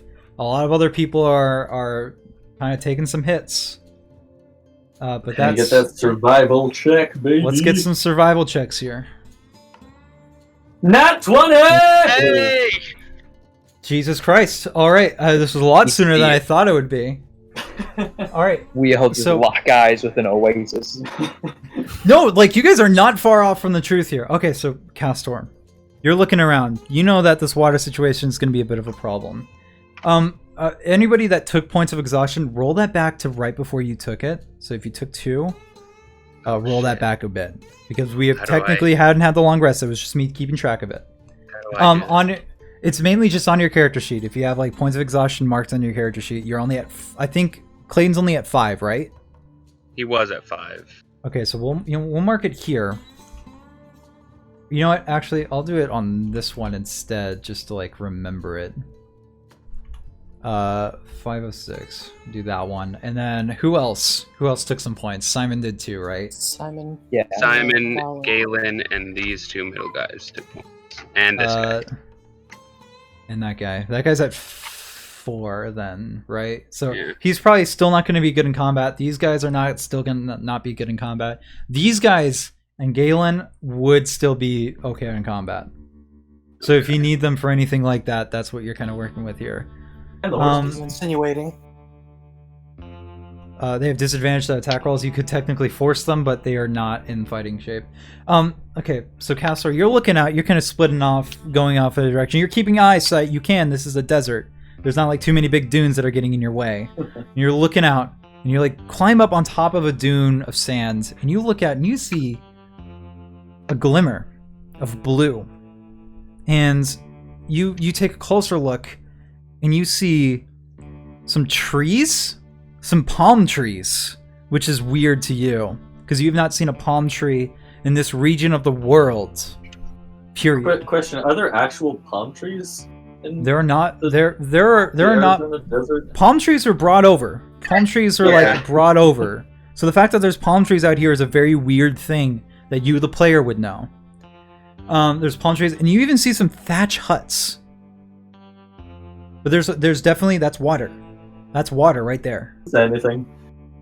you just walk on. You keep going. Water ho! You're some distance away, so if you want to yell that to everybody, that's like kind of like make camp here for a second. We will. You guys can. I'll call out to my broskies. Right. Okay, so you got the cast. You got the cast here. They're over the dune. They're looking out. You guys have moved up a little bit closer. Anybody you want to take with you? Anyone but one person capable of fighting. Okay, Galen Carr will be like, I can stay behind with my boys. If you want me with you, I got my friend here. I got Jim right over here. Jim, Yo. Big Jimbo, where? Not that. No, like he no. I'm God, not like that. It's giving us a bad fucking name. Giving us Jims. Right. Here, you know his name now. It's Jim. Jim. This guy's Jim. Cool. Sweet. All right, keep an eye on the goods for us. We're gonna go and make sure these people aren't hostile and that they also actually really exist. Yeah, you guys are like, you're like looking out. I was like, this is what? Am I losing it? I still have 6 points, right? Like I don't have any points of exhaustion. Guys, is there a 6 above my head? Or am I crazy? To be determined. Those things are not mutually exclusive. Fair enough. You are looking out. I do want to say that you guys are getting a bit closer, and there's some dunes that you could reasonably stay somewhat hidden. It's a little bit hard, though. It's like mostly bright day desert. I'll go invisible, bro. If you want. By the way, everybody got their long rests. You got all your hit dice back. But so if you need to mark that somewhere, you can absolutely do that. So you guys are coming in, and I would like people to give me perception rolls. Give me some perception rolls. I decided to not give myself that. 20. I did give myself that. 18. Yeah, that's fine. I got it. Killing it. I'm exhausted. Oh, I need to roll that at disadvantage. 21. Oh god, my combat rolls are gonna be garbage. Yeah, by the way, so the 2 people that have disadvantage on the rolls, Clayton, you have disadvantage because of the thing. Oh, you're right. Yeah. Well, that was an at 20, so 18 is fine. Yeah, so you got Simon. I'm gonna take that 16 and that 11. So of that, the 11 is the one that you got. Right. Lucius, you got a 9. So you guys are looking out, and you see palm trees. You've heard about them. You haven't necessarily. Some of you might not have necessarily seen them. I don't think I've Never ever seen heard of a one. palm tree. It's just like a tree. Yeah, Cool. and there's a glimmering blue oasis. Some foliage growing on the side, and some of you see like 2 huts and a weird rock. But Zaltu and Clayton, you notice that rock is moving, and it's spotted, and it just lifted up its head, and it is a giant hyena, and it's sniffing around. It's looking around.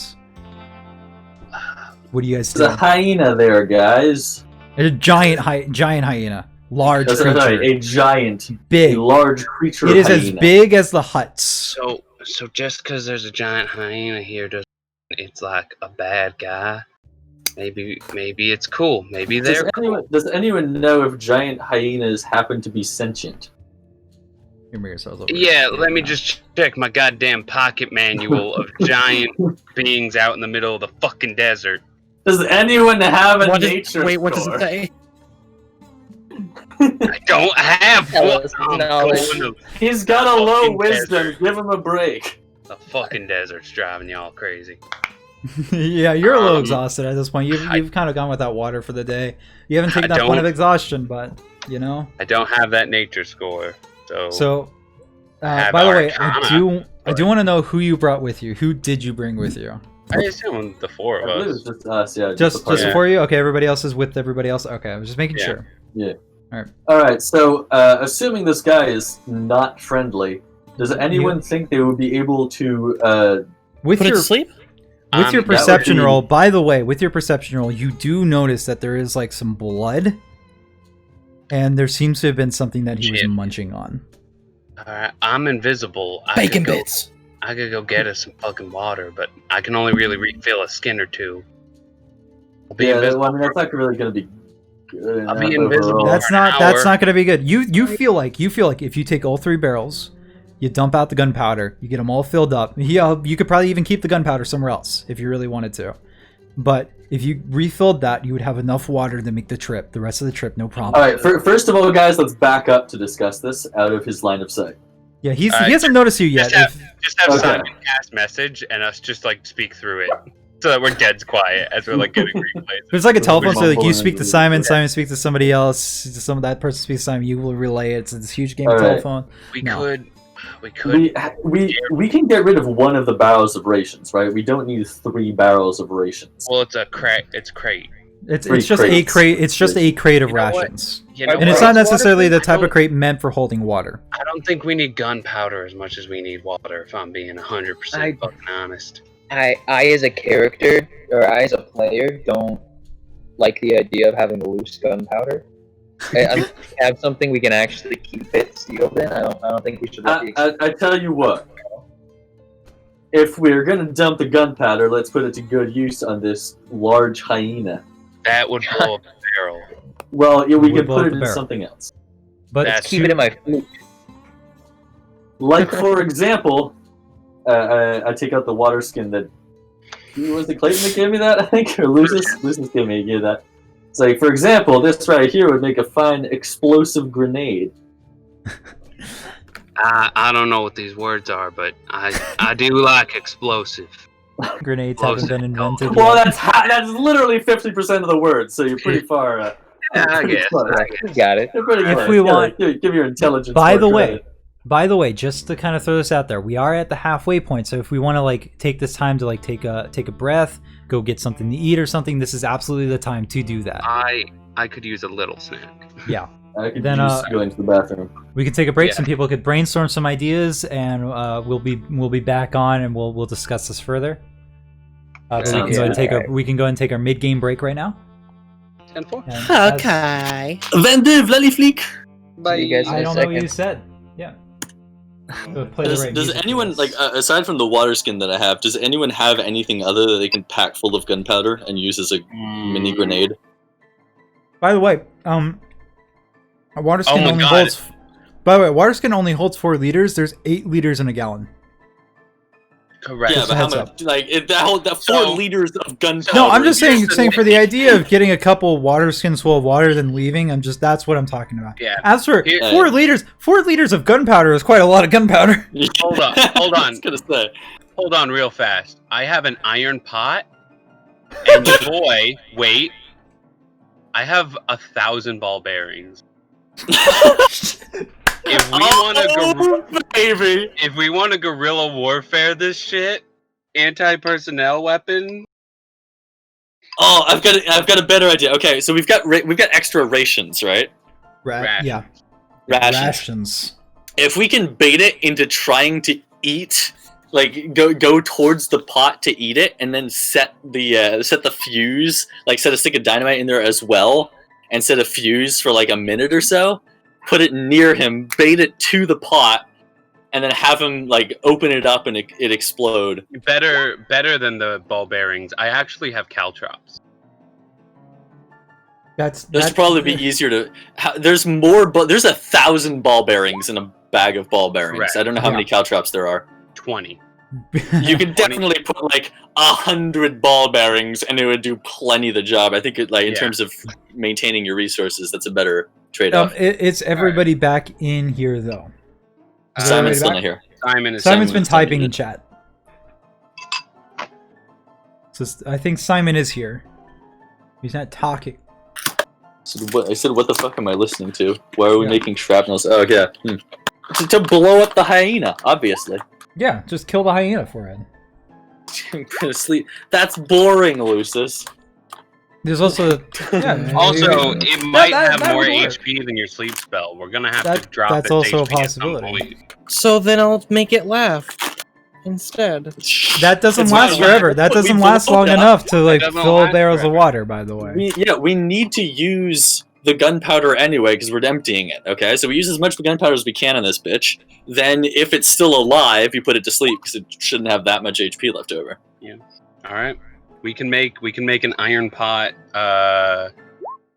fucking IRA pressure kettle bomb. I'm gonna go ahead and bring us back to the proper music because there's a lot of talk here about how we're gonna Simon, I'm eating Cheez-Its. I'm gonna ASMR as loud as possible with this fucking Mac Mini mic. Fucking sick. Do it. Alright. So you guys are a bit away. You know of a path that you can get relatively close, but after that point you're probably gonna need to make some stealth. Can I get some more info on what these thatch houses look like? Well, they look like they're made out of bark of they look like they're made out of the bark of palm trees. So like palm trees have grown here, and then they took them down and they turned them into like small little huts. Whoever was here. So whoever is the bloody mess that the hyena is currently eating. Maybe. Huh. Good to know. I say we let's go for it. Yeah, the iron pot bomb is probably our best shot. Just fill up. I am going to fill up my water skin with gunpowder though, just as a backup. I'm going to add a stick of dynamite to the thing so that we can, conceivably light it from a distance. God, this is. I don't know how to run that yet, so we'll just do it as it goes. Absolutely. So we're doing it live. Yeah. Live. So what's the plan? How are you guys approaching this? What do you guys want to do? It's up to you. Okay. So here's the thing, right? I'm the fastest on foot between us all, and I'm invisibility aside, I'm the stealthiest because I get the boots. There is like a good even plane before then, though, so just keep that in mind. It's fine. It is like midday. There's also that to keep in mind. I could cast invisibility on you. That could work. Yeah. That could work very well. So you make me invisible. The pot is still kind of floating in the air. What is the concern of my equipment while I'm carrying it? I can make you and the object you're carrying invisible. Okay, and cool. You lay down. Bring over the pot with ration around it, and then drop that down. You peel the fuck off, and then we just light it up when it gets cold. That sounds like a plan. All right. Any objections to said plan? Simon, I'm watching the chat. Nope. No, bitch. He called me a bitch, but you know, point stands. Yep. This is D&D. This is the epitome of D&D. I'm gonna drop my concentration on invisibility while I'm far away, which is the patchy smokes coming back to who I am, and then I am. You already have invisibility on yourself? I did, but I don't anymore. But now I'm gonna just kind of put an arm on Castor, just kind of look him over, and be like, "Get out of here!" And then he is going to a similar smoke is going to blow by over him until he's completely invisible. All right. Me and my pot. there goes both my spell slots. And here's the thing. Now like here's the thing. Invisibility makes it like very impossible to perceive you through sight. And the thing is, it's described that you can only be heard of a sound. But with the boots of elvenkind, I am completely invisible. silent. You're completely silent. You can go up there. No roll is needed for this. Yeah. I put the pot on our cart and light it on fire. God, I would hate you so much. I do not do that. I definitely do not do that. And that is also my ride out of this middle of nowhere. So, I'm gonna go ahead and sneak my way over. I do want to like keep an eye on like.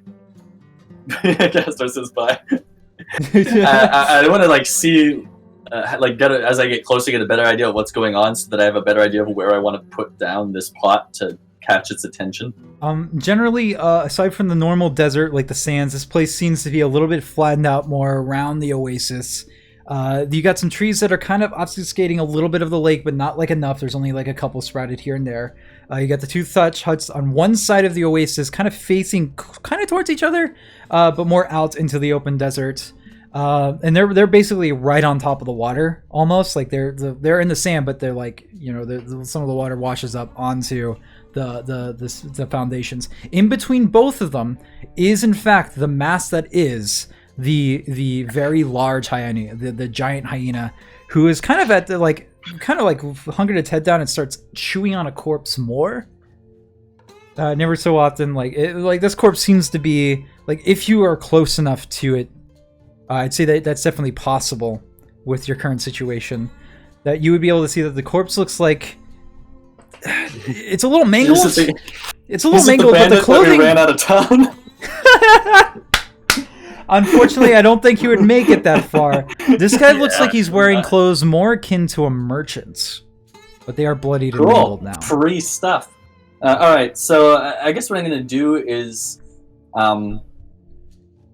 A little ways away from him, but not too far. Right. Like 20 feet or so. Right. I'm gonna put the pot down. I'm gonna slightly uncover the lids so that the smell of the rations or whatever can be smelled. Right. I don't know what other things this pot with the smells ratio of ration to gunpowder. Yeah, exactly. When does the invisibility on the pot drop? When I let go of it? When you kind of let go of it and back away, it kind of like it fizzles. So what I'm gonna do is I'll let go of it. I'll put it down, slightly remove the lid, let go of it, back away, then whistle as loud as I can, and run and take the dash action to back the fuck out of there. So you're taking you're gone. I'll light the fuse. I'll light the fuse to whatever timer we put it on. Probably like a minute, I'm guessing. Yeah. Like just enough time for it to like investigate, right? Yeah, exactly. Because we don't mind if it starts eating a bit of the rations before it blows up, whatever. Okay. But enough time to get enough time to leave it time to investigate. No, listen here. I love all this. So you like whistle, you run off. You're still invisible, but you make the sound, and of course he's gonna hear it. So you like his head like hoofs over, like you see it like mountain over his body as he's just like looking around. He like turns around where the sound came from. He doesn't see anything. He walks on over to where like the sizzle is, and like and it starts munching on it a little bit, and that's when it fucking blows up. I need to get a dex save on this guy. And I need like, what do you guys think on damage here? Like, how much would this do? It's probably a couple sticks of dynamite at least of bludgeoning damage. It's the whole thing. There's there's ball bearings as well, which would be shrapnel. So that'd be slashing damage on top of that. Piercing. Consider it like how much. How I would big does I'd the say bludgeoning pot- damage. I'd say bludgeoning damage would definitely better suit all of this combined. This thing, he's a large creature, so he's like on a battle grid takes 10 by 10. So it's a big boy. I'd say iron pot full of gunpowder is probably at least like 3 or 4 things of TNT, right? All right. I would honestly I say don't more than know. that, I'm but guessing. Like if I'm taking like my spaghetti pot that I use at home versus the standard size of a stick of dynamite as I see in Lucky Luke comics, you could easily fit like 10 an iron stacks pot of dynamite. An iron pot can hold 1 gallon of liquid, so it's a gallon of gunpowder. Of gunpowder, and then like mix it. There's also like ball bearings mixed in there as well, and a stick of dynamite. Fuck, dude, I'm 4d10. Yeah. 40, dude, 1 stick of dynamite is 3d10. Is it? 1 stick of dynamite is 3d6. 3d6. 3d6. Sorry. Oh. So like 4 sticks All of the dynamite extra gunpowder would be like 66. 76. 76. It's plus 1 for each. Oh, sorry, no, yeah, 66. Yeah, Plus 1 for every stick. Okay, I'm gonna roll 6d6 here, and he something I want you to know. I want you to know.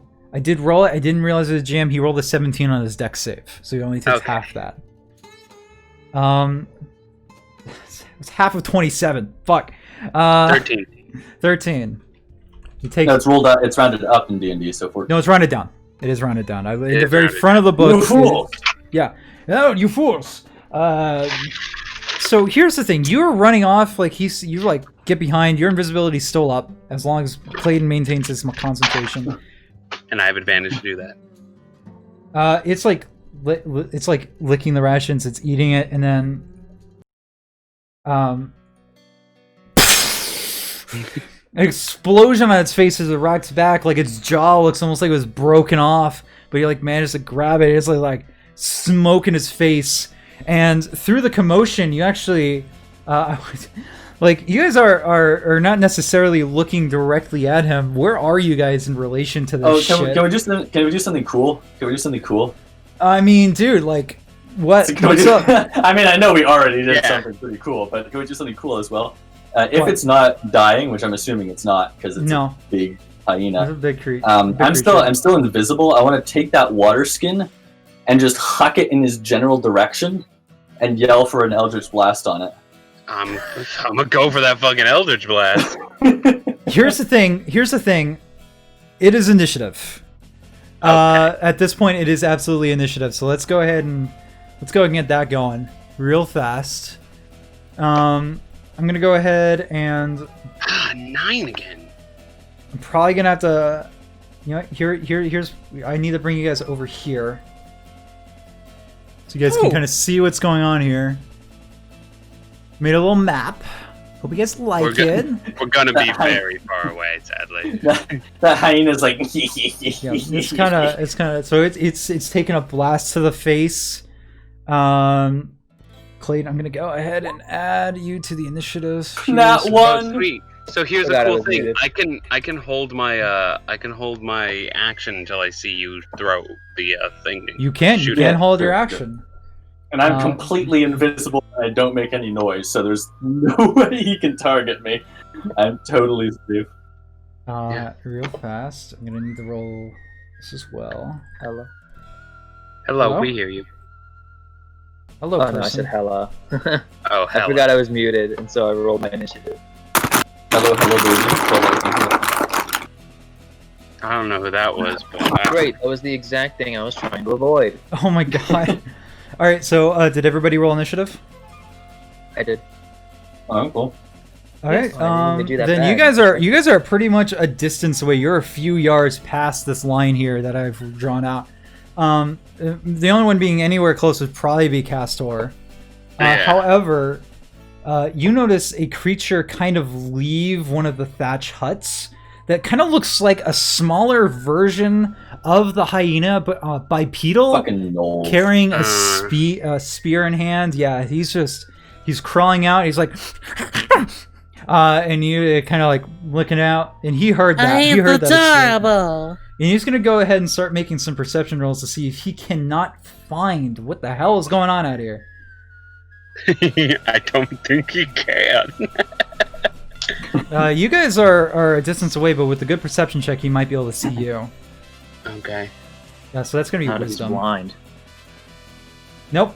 I don't think this one's just kind of walking out. He's like he right sees next. this giant hole in the ground where the explosion happened. And now they all rolled really well as you see another creature peer out from behind. Now this fucking I can't. It can't be on the GM layer. This one over here is also out and about, and it's gonna make itself a wisdom roll. Nope. They are not perceptive at fucking all. And then finally, another one gets out of the other thatch hut that the first one got out of, and is actually going to go start looking around itself. This one has a bow. The other two have spears. So it's here. He's going to make his wisdom save here. Not save, but nope, that's an 11. I'm going to say that's not quite enough. It is the giant hyena's turn, and he's gonna go ahead and try to figure out what the fuck just happens. Trying to get the number. Hit him. Lucius, you're a distance away. You could take your entire turn to get up to the combat, but outside of that, you are a distance away. What do you want to do? Oh, me? Yeah. Yeah. You can play. Yeah. You listen, Lucius. You me? can play Dungeons and Dragons. You're allowed to play Dungeons and Dragons. Oh, am I? You're allowed to play. Wow. You know what? Gracious DM, I am so thankful for the opportunity to play Dungeons and Dragons. Yeah, you are allowed. Thank you. I absolutely. Thank you, 100%. kind sir. Yeah.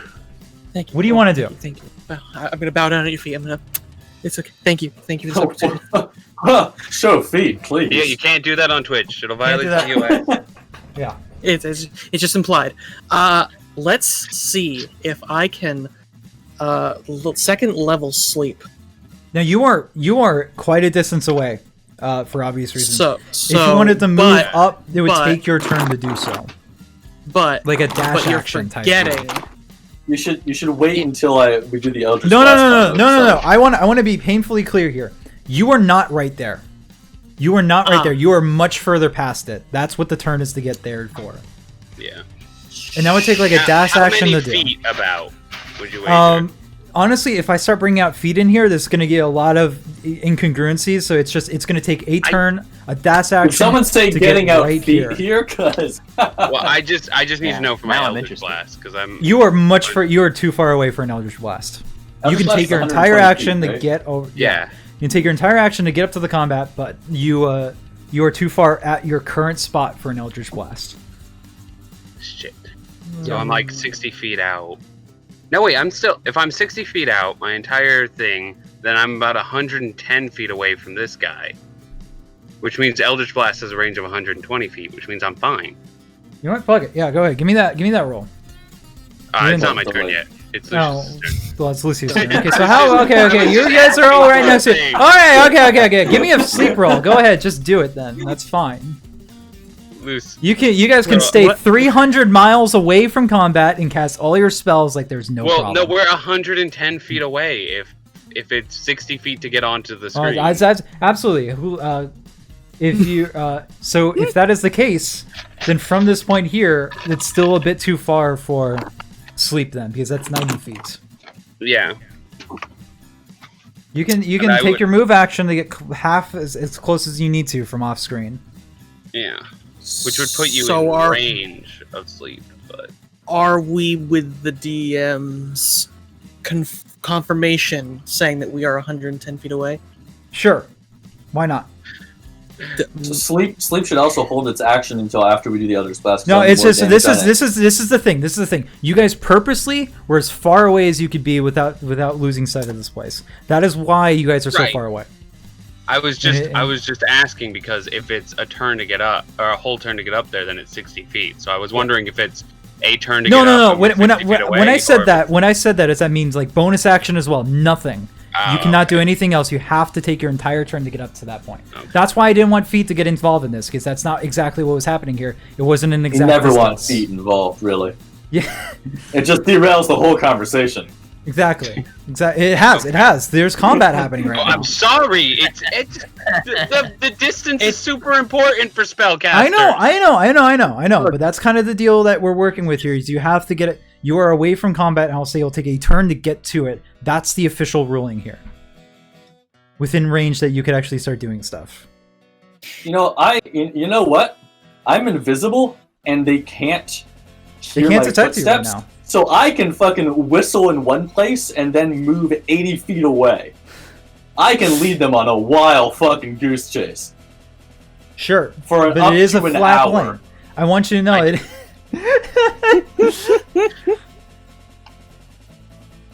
It's whatever you guys want to do. If you want to get up to combat, Lucius, if you want to stay where you are, I'm just saying it's going to take a turn, everything up to bonus action to get the combat. Hold on, I have to take my iron pot off of my fucking gear. It's gone. It does not exist anymore. Yeah, I know. I'm removing it. But I would like you to come to a conclusion within the next 30 minutes, Lucius. Okay, well, I mean, I've just been waiting for people to shut up, to be honest. Well, first of all, that's very rude. I'm explaining the situation to you. No, you is my rebuttal. That is very. I'm going to be honest right here. It's not appreciated. I'm not even joking. It's not appreciated. Rebuttal 2. No, you. Okay, I want you to know. XO. Hey! Bring this down. I'm serious. Oh. Yeah, it's not appreciated. Oh, sorry. All right, let's play some Dungeons and Dragons. Trying. Yeah. What do you want? What does Lucius do in this situation? The gnolls they have left the huts. The giant hyena is looking around. He's scarred. Castor's out there somewhere. You got 2 of your allies right next to you. It's going to take your entire turn to just sprint up to that combat. What do you want to do? I was just going to inspire Clayton if he wishes. All right. Sure. Otherwise, I'm staying up here. Okay, absolutely. Clayton, if you want to get that bardic inspiration, by all means. Yeah, I'll take it though. Yeah, that's what I was meant. So Simon, similar situation. What do you want to do? I've got basically nothing. Do you want to get up to combat? Everything I have is too far away. Castor's already in there. Yeah. They don't see him. In there. They don't see him. They unfortunately have no way of perceiving him at this time. Other than maybe the tracks he leaves in the sand, but I'm not. I think the boots of Evil kind only muffle all sound. They're traceless. No, they're traceless as well. Okay, yeah. There's absolutely no way right now that Castor can be seen without making noise himself with his mouth. But at the same time, incredibly broken build right now. We really need that water. We really need that water. Really need that water. I'll take my action and get up there. Okay, so you are right where you are on the screen right now. You are right there. That's the distance you are. Unfortunately, I took your entire action to get up to that point. Bonus action and all. Clayton, it's your turn. You're a similar deal. I'll go. In fact, I'll say you're right here, just to further get that divide from the people that are off screen. I'll go up with Simon. All right, so you go up, Simon. Castor, you're a bit closer to them. What do you want to do? I see that Clayton has used his action to move, and therefore will not be able to assist me. Yeah. Let's see. You could stay in position, or like. Yeah. So what I'm gonna do? Let's see. So I've got. Invisibility. I'm invisible, and I make no noise with my footsteps. Yeah, I do want to say the dash action. Yeah. I just want to say, if you do attack them, invisibility does drop. Yes. I'm going to, let's see, so I've got total 80 feet of movement. Let me just get up this measuring thing. Let's see. 5, 35, 40, 45, 50, 55. Okay, I can go pretty fucking far. I can go all the way to Yeah, I think if you step of the wind, I don't know if you can take the dash action again the same turn. My standard movement is 40 feet, and if I take the dash action, I double that, right? Yeah, so it's 80. Correct. So it's 80, yeah. So what I'm going to do is I'm going to move, here. With the dash, with the dash action, absolutely. Well, so with my move, I'll start with my move. I'll take the dash action. I get a total ADD. I'm gonna move here. I'm gonna take a free action to just whistle. I'm assuming I can do that as a free action. Yeah, exactly. Like the same deal. Like attract their attention as hard as possible. Yeah, the gnolls turn their head over to your general direction, and then fucking dash off. Like without passing within 5 feet of the big hyena. Well, they can't see you, so they can't take that attack because they don't know you're there. Yeah, I still don't want to accidentally trip and fall and want to for something stupid. Right. But I definitely have enough movement to make it here anyway, because that's 60. So I'll take the extra 20 to go around them as safely as possible. Yeah. So go ahead. You can move right on over there. Let's yep, there we go. And then I'll go so this square was the one that I whistled at. Yeah. Okay, so they're like, you see them all like turn over in that general direction. They're not some of them have noticed that the fact that 2 other individuals have shown themselves as well though, and brought themselves into the combat. So it's this green knoll's right here, and this one has a spear on him. Let's see here. His action is, he unfortunately cannot really make it over there. He can probably make it about here. He's gonna go ahead and attempt to do that. He's just gonna move on over here. And let us see here. This gnoll over here also has a spear. And he's gonna move right about here as well. This other gnoll over here has himself a bow. Which is 150 feet that he can like kind of shoot. So he's actually gonna step up to about over here and start taking pot shots, which he can absolutely hit. So let's see here. Just gets this one attack though. That's a 9. Does it hit Clayton? It does not. It just kind of sinks into the poncho and just tinks off the adamantine armor. Oh, Yay! It's like gnolls, yeah, they only have 30 feet. So now it is the giant hyena's turn. Which has 50 feet of movement. Does it recognize the whistle sound that I made as being it is kind of looking over here. The explosion. It is kind of like looking over here and like doesn't see anything. Like what the you know what? I'll give you that. It's gonna instead of move up, it's gonna like take its turn to look around over there and see what's up. Nothing. It doesn't see anything. It doesn't want to move over there. It doesn't really notice anything. Whew. Hey, wizard. Pretty rad that the giant hyena did not run up directly to our warlock wizard phalanx, huh? That's pretty cool of it.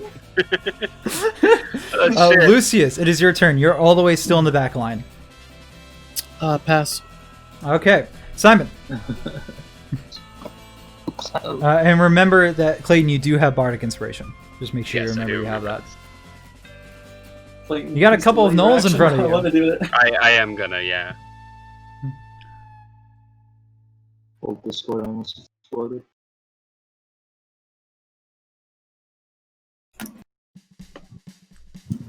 I was gonna ask, yeah. What's up? What's happening? Nothing. My Discord almost just blew up. Oh, that's great. It's my turn, right? Did someone say blowing up? Because that's topical. Now, distance-wise, these two are 5 feet apart. 15 feet apart. They're 15 feet apart. That's less than 30. Yeah, that's a cone. That's a cone right there. It is a cone. It is a bit of a cone. Some might say...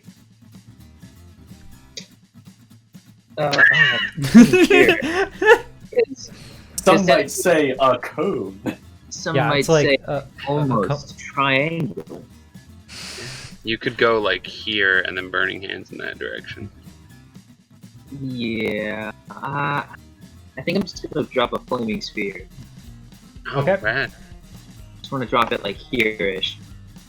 So they are not quite 5 feet from each other. They're so only one of them feet away. Yeah. Yeah. So you want to drop it.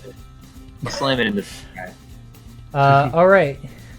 So you spawn your spear. I need to make a save, correct? Wait, how big is the flaming sphere? It's like 5 feet. It's 5. It takes up space and then it's 5 feet out. Right. So if it takes up a space and then 5 feet away from that. Nope. Let me read this real fast. 4-foot diameter sphere of fire. Oh yeah, diameter. Damn. Mm-hmm. Any creature that ends its turn within 5 feet of the sphere. It's hot. But you They'll can take your that bonus full action to four slam flaming. Yeah, so if it ends its turn in the 8 squares around where the sphere is, then it'll take damage. But otherwise, it'll only take damage if it runs into it. Or he can use his bonus action to slam it into people. Okay, so he's using his bonus That's action pretty cool. to do just That's pretty that. This one, like you spawn the sphere of fire right by this green one, and it just he looks over, glowing slightly on his face with the heat. He's like, as it takes 5 points of damage as it makes a weird hyena yelp.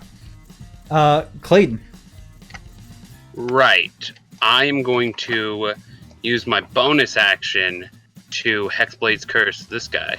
Oh, absolutely. Noose. And everything. And then I am going to hold my action to Eldritch Blast if Castor does this thing. Okay. Absolutely. So you're holding that. Castor. I do my thing.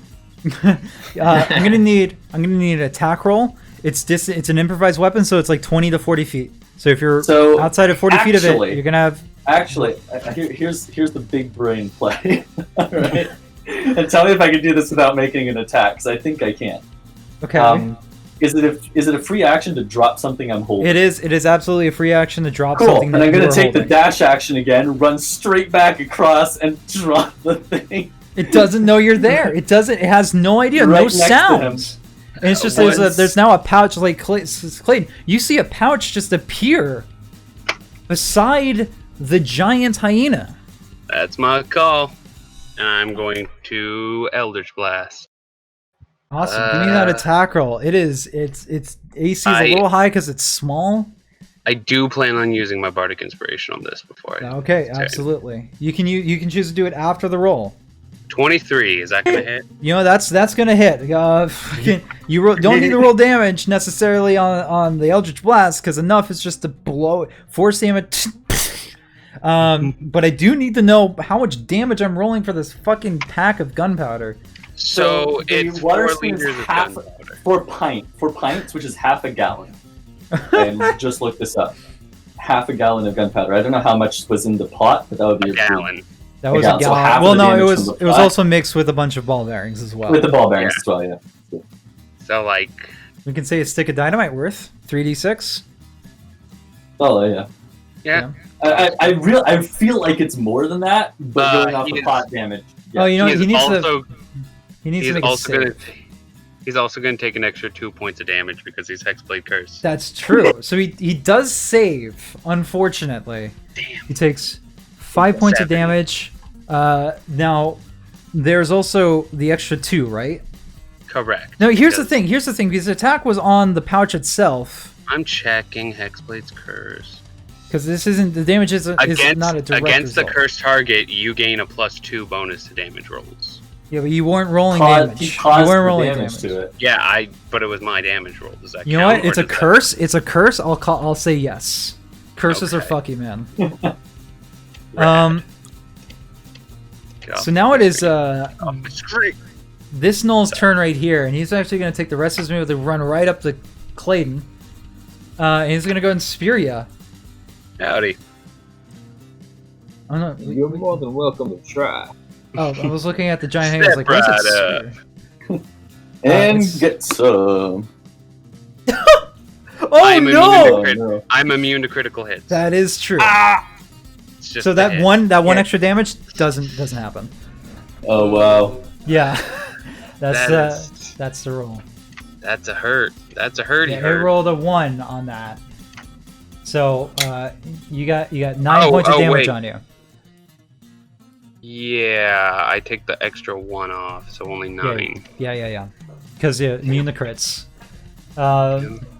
You know what?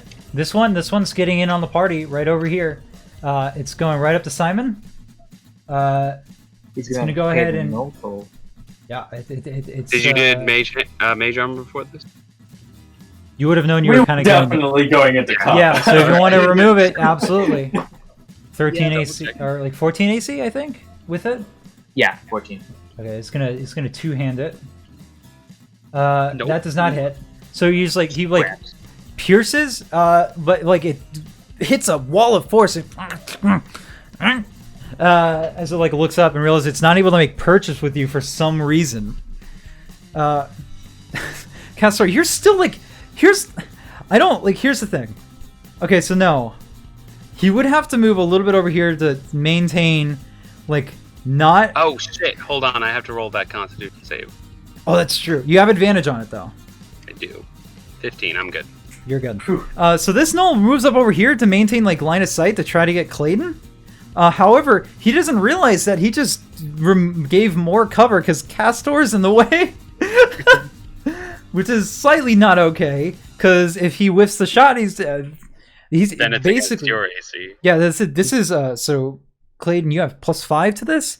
If he hits between what your AC is now and that +5, he's actually just gonna hit Castor because that's the cover Or that's try there. to. He's gonna try to. That's right. It is a ranged attack. So here we go. Here's the longbow. Nope. No, it's like he like tink, and it, like he didn't get it right, so it just kind of like fell out of his bow. He's like, oh, it goes to the ground to pick it up. Angry gnoll noises. The giant hyena is just like over here. It's just like gonna charge at something. It is enraged. So it's it can move right about there. So it's gonna move right there, and it's within attacking distance of Castor. Not Castor. I'm sorry. I got these names wrong. Getting these names wrong. It was right. It was right there on ya. It's gonna go ahead and make its attack. This is a bite attack. 12 does not hit. So he goes like, he's like, you see him come up on you, and you're now in like close quarters combat. It's like this thing goes to nip at you, but it's not quite able to get over the other gnoll. It just kind of pushes it aside. It's not out as it's like clamping down its teeth at you. Lucius, what do you do?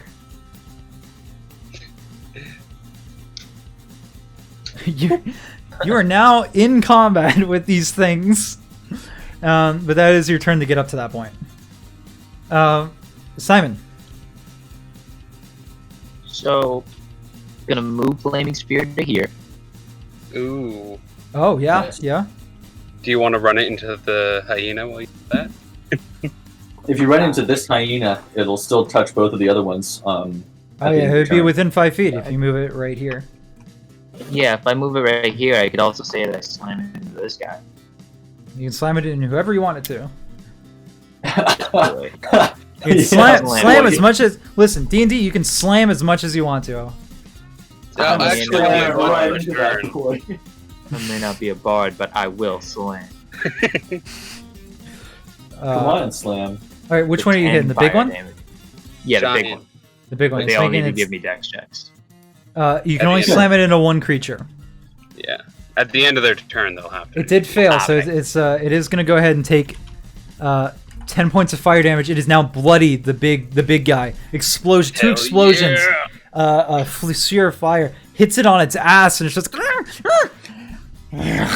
Well, that's good news because I will now move here. You will provide opportunity attack from this guy right here, though. Yeah, that's fine. So let's go ahead and get that going. Nope. No. Rough. All right.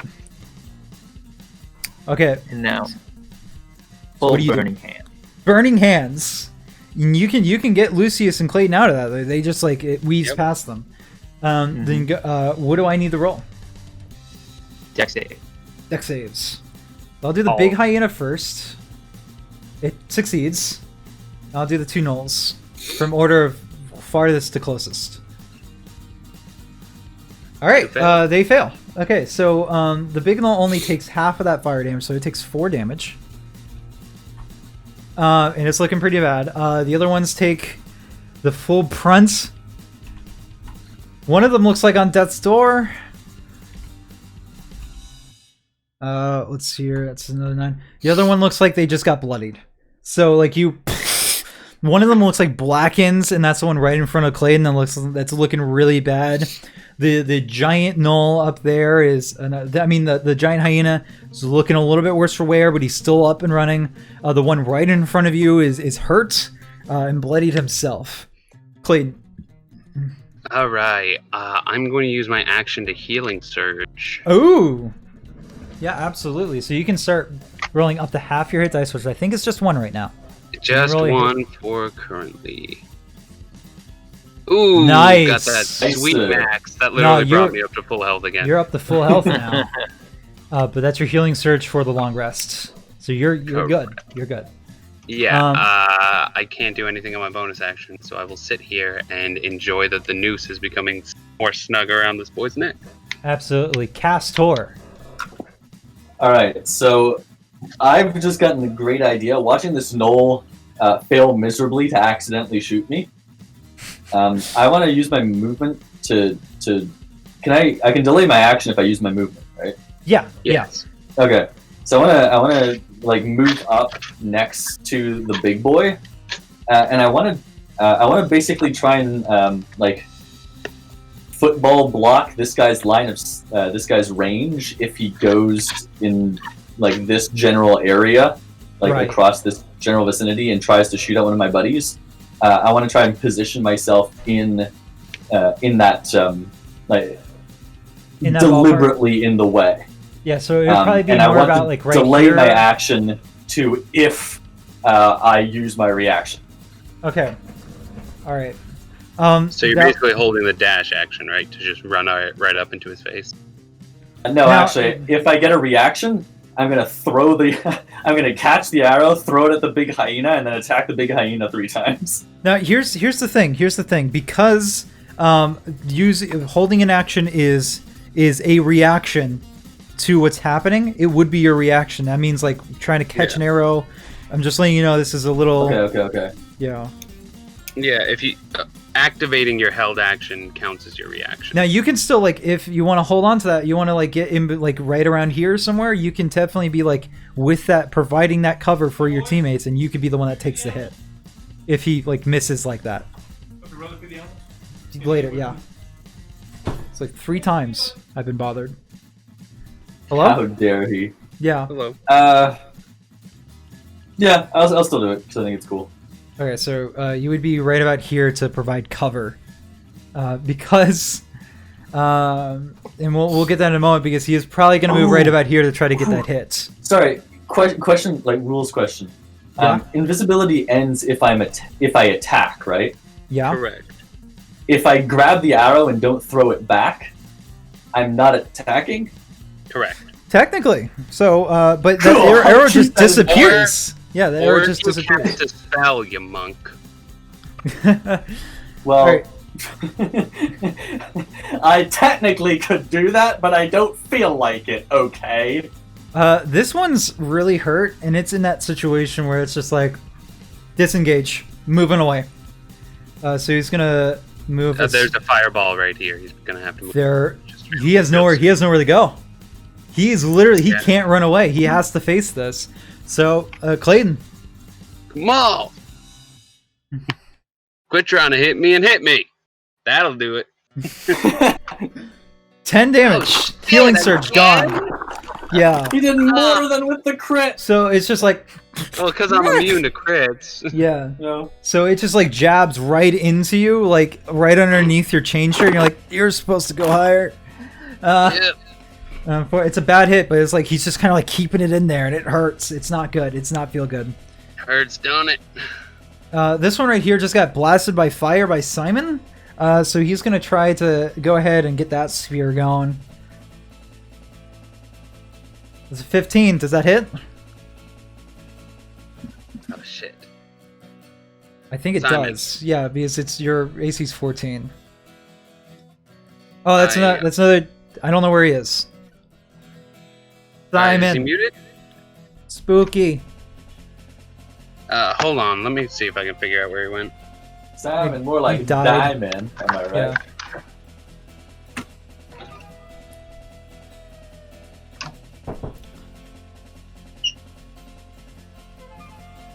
I do like the fact that I can catch arrows and just make them disappear from the air. That's pretty great. If you fully catch it, yeah, but like, you're the one that technically gets hit with it, so. I think we've discovered a really good combo in the Spirits of Elvenkind and Invisibility. It's broken, isn't it? It's broken as fuck. It's so broken. It sucks that you yourself don't have the invisibility spell, but yeah, it's true. It's why what's going on with Simon?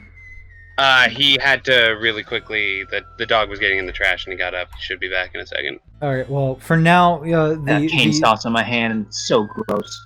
Yeah. So the Gnoll takes his spear and jabs it straight into Simon, dealing 10 points of piercing damage to you as well. Yikes. That's not good. It gets right past your mage armor, breaks right past it. These have been 3 max damage rolls, haven't they? I did keep my con save on your invisibility. This one moves. So this one can move. Yeah, this one can move right here and try to get an attack roll, but he has, unbeknownst to him, Castor has given Clayton full cover. So it's here. There's the Gnoll. Let's go get that long roll attack. Longbow. It's not even close. Not even close. He's just like, he fumbles with it again. He can do nothing. No! Jeez, why can't I hold all these arrows? Just dropping one after another, like, jeez, Here's the deal. This is the giant hyena's turn. That's his turn, and the only one close enough is Clayton. Yep, so he knows of. So he's gonna move like right here. So this is not a his teammate's no longer useful because the hyena doesn't care. Both those gnolls had to roll dexterity saves at the end of their turn because they were right next to the fireball. That is true. Okay, I'll go ahead and give them that. They have to remind me about that stuff because I do not remember. Right. Yeah. One of them succeeded. Do they take just no damage? Another 2d6. Or is it half damage? It's half damage if they pass. Okay, well, here's the thing. One of them ignites in flame and just falls to the ground after its turn is over. The other one takes how much? Roll right now. Yeah. 4 points of damage. So one only had 1 HP. The other one goes like past bloodied. He is hurt. He is not looking good. He's on fire. His fur is burning. 3rd degree burns. It is not looking good. The giant hyena is going to go ahead and make its attack roll on Clayton because it doesn't know of any other fight. 12 doesn't hit though. 12 doesn't hit. Thank fucking God. Tink tink. It's like try to grab around your waist and you're just like, you have to do better now because it just bites down on the adamantine. It kind of crushes a little bit, but it's not. Doesn't do any damage. Oh, that's a tight fix. I don't know how the women wear corsets. Lucius, it's your turn. They don't when I'm around. I thought monks were supposed to take some kind of vow. You gotta reproduce somehow. Lucius, what's up? What do you do? This is a terrible idea currently. Can I? Yeah, you're allowed to play Dungeons and Dragons. You can play. Yeah, okay. I'm gonna healing word, Clayton. Oh, nice. Yeah, absolutely. That's a bonus action too, so you can still do stuff. I'm gonna start with that. Alright, so that's not even like, you just need to roll the healing on that. Nice. Ooh, nice. That's 7 healing. That's good. So you are like patting on the bongos on your drum, your war drum. What does your melody sound like?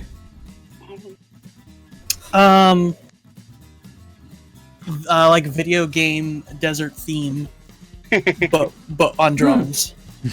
Garuda Valley, yeah. Yeah. Garuda Valley. Yeah, exactly. Lost Village, whatever it was. You feel empowered by this, Clayton. You feel life return to you as your wounds are knitting. Like the spear is being pushed.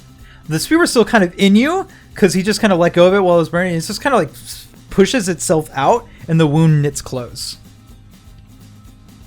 All right. It's a little weird looking. Anything else you want to do, Lucius? You still got an action. Let's see. I'm sure I have to get close. It doesn't matter. Oh, actually, I'm gonna attack this one. Yeah. With a sword I haven't used yet. Oh yeah, the +1 sword. +1 short sword. Yeah. By all means, that has a +1 to attacks with it, man. That it does. That it do. Before 1.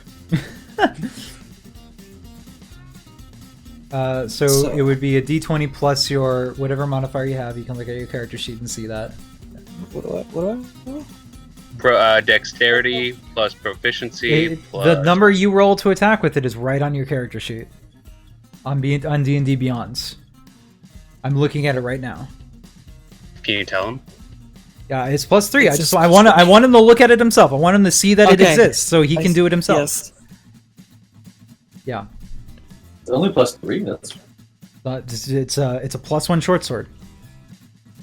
Ooh. That's good. That's 20. really good. That's a dirty 20. And when you're rolling the damage for this, there's also the damage die there. It's a 1d6 +1 because it is a magic sword. That's 6 points of damage. So you take you're like patting on the bongos, giving the tune to Clayton as you draw your short sword and slash up against this gnoll as it takes a really heavy amount of damage. It looks like it's on death's door. It is bobbing and weaving. There's fire. It's on fire. It's 3rd degrees burns. It's not looking good. Simon, you are allowed to play D&D. But is he allowed to talk? Yeah. Hello? You good? Hello? Yeah. Your turn. Is this thing on? Yeah. I had to do something real quick. I'm back. I can. I mean, burning hands again. It is within my realm. Like curiosity with that hit me. You might, hit Castor with that. He can sculpt it. Yeah, but how many times can you sculpt it?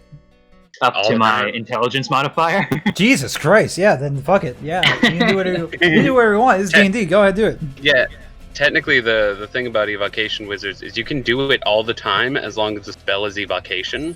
Yeah. You can just only do it to a number of people equal to your intelligence modifier.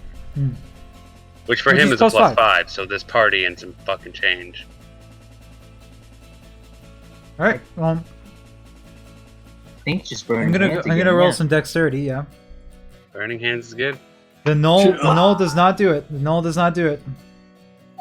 The giant hyena does, however. The giant one has made every single dex save, I think, except for 1. He's good with dex. It gotta be. He's pretty good with dex. He is a hyena. Yeah. So, how do you here's the thing: the fire goes past everything. It burns it does burn the giant hyenas. It does take half that, which is 4. So it's looking pretty bad. It's not quite on death's door, but it is past bloodied. However, the gnoll in front of you, how do you kill that gnoll? He's not even looking at it. Like, he's looking at the giant one and casting it, and he kills him with like a side effect. There isn't. Listen. The side character feels bad. Yeah, here's the thing. He's not there anymore. He's gone. There's nothing. It's the comical dust of ash crumbles and smothers its way across the sand. He's gone. He is gone. Anything else? Burning hands ram it into the giant. Or flaming sphere. Okay, let's see if he does well in this dex save. He does. He makes it again. Give me the damage roll. It's still half damage. Floats like a butterfly, stings like nothing because he hasn't hit anything yet. So 5. Yeah, -5 health. It is looking pretty bad now. Clayton. All right. This big fucking fuck's right here.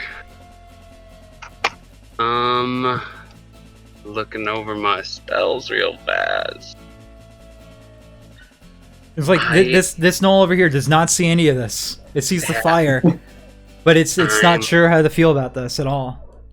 I'm in melee with it, and that's a bit of a problem.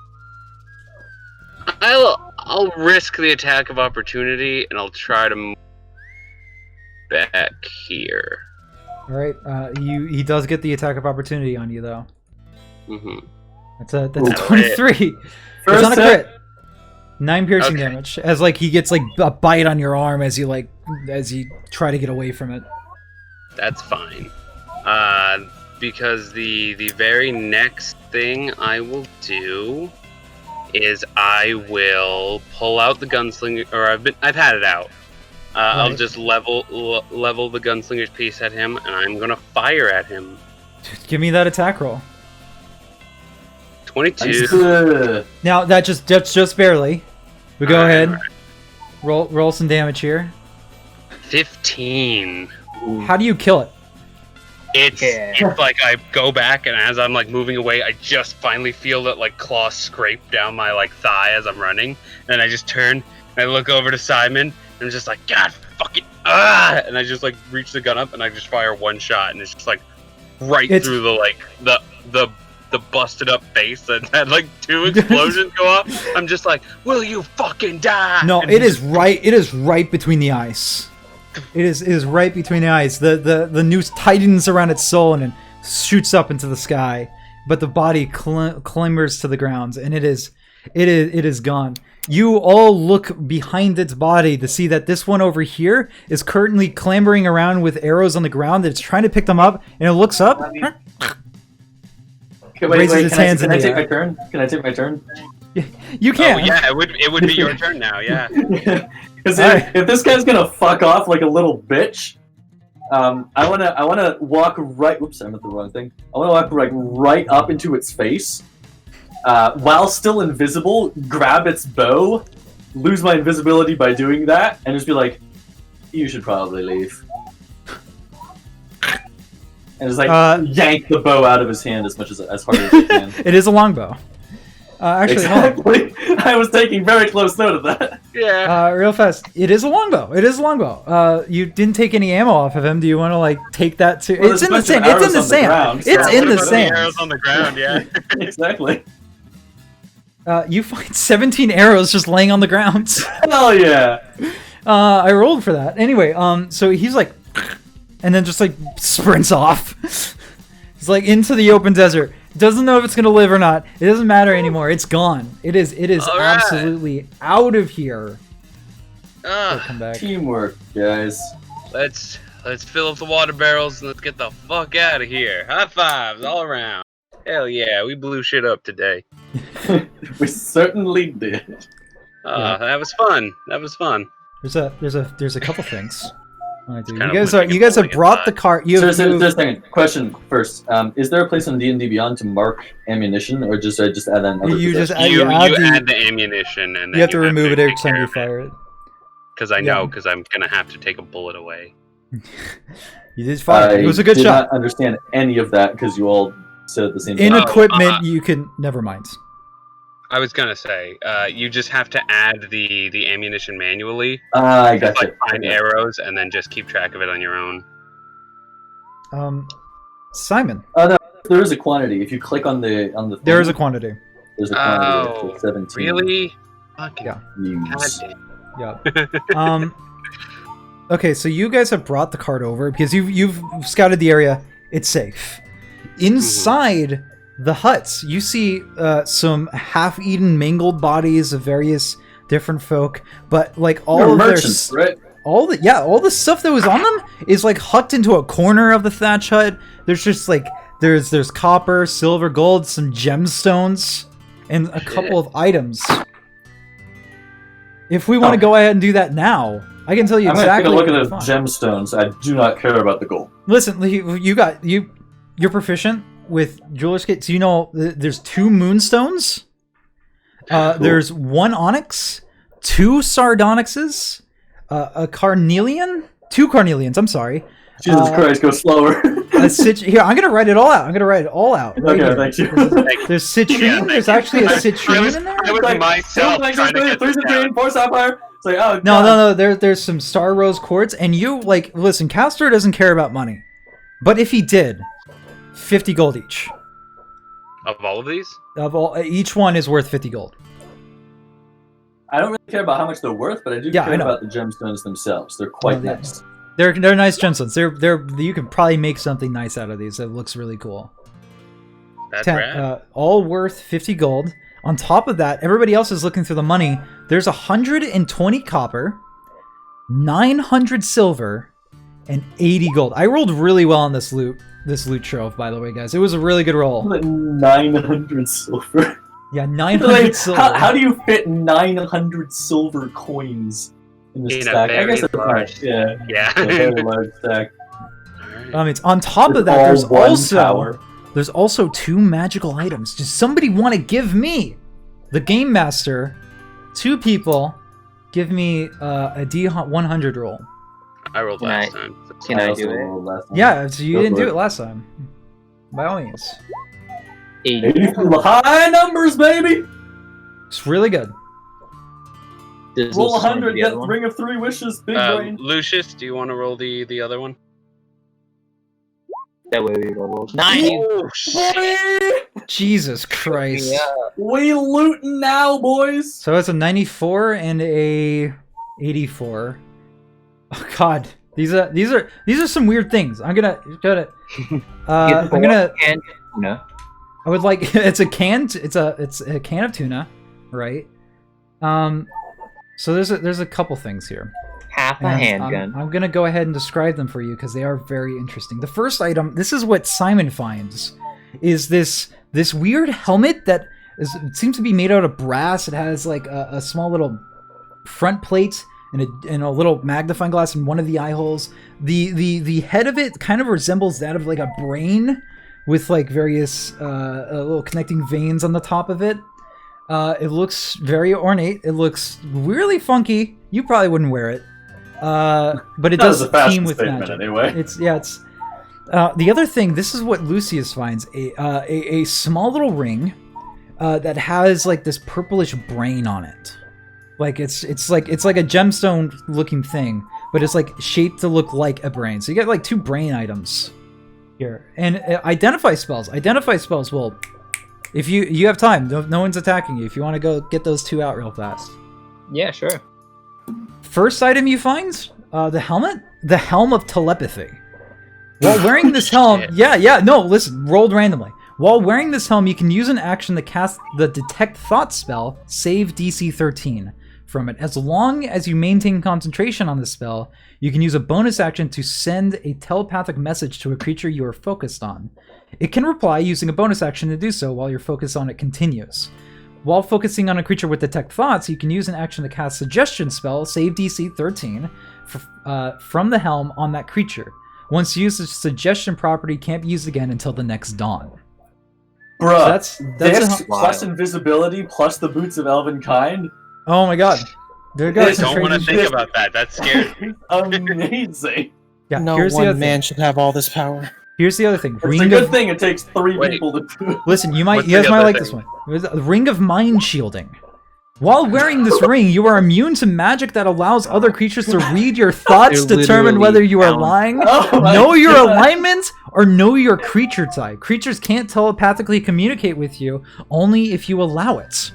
Literally the balance. They're Yeah, both the it's exact opposite. completely random. Shit. Random as fuck. That's fucking hilarious. If you we die, really if you own one. here's We gotta stack this. here's the caveat. Here's the caveat. There's always a catch. If you die while wearing the ring, your soul enters it. Unless it already houses the soul, you can remain in the ring of depart for the afterlife. As long as your soul's in the ring, you can telepathically communicate with any creature wearing it. A wearer can't prevent this telepathic communication. So if there's a soul, if you die, you're in the ring. That's pretty Assuming sick. there Not gonna lie, isn't somebody in that's a there. Where I really wanna good be. backup in case we die. Yeah. Your soul's in there. You know, you get a spell that can like throw the soul out. So it has to be with the wearer though, the guy that's attuned to it. So like both, you got 2 items. Who's getting what? Oh shit. I feel like Simon's found the telepathy. The telepathy helmet's really good for someone who Does be from a distance. Sorry. Does casting identify tell me if it's an armor? Like this shouldn't The helm? affect. It's head wear, so you can't like wear a helmet with it. But no, it's not armor per se. It's not like it's a magical item. It's just a helm of telepathy. It doesn't give you an AC. You're good. You can still have mage armor with it. I was so who- mostly curious because I don't have any armor proficiencies, and I wanted to know if that was going to be an issue wearing. No, it's an item category, not a. It's a wondrous item head. It's adventuring gear, not armor. So as far as the gold goes, everybody here is getting 20 gold, right? Correct. I'm gonna give up my share of gold to get extra gems. Okay. Okay. That's all right. Yeah, he likes gems. Then 20 divided by 3. 80 divided by 3. Oh, you get it. Oh You shit, get the right. idea. I could do that too. 80 divided by 3 gives us 26 each, but one person gets 27. Well, you get 900 silver to balance that out. Yeah, each of us will 25 get 300. 27 for someone else, I think. Just make sure you write it down on your character sheets. No. And then how are you guys splitting up the gems as well? I have no need for gems, so I can waive that to go towards Castor, so that it's the 3 of you if you want to split that up.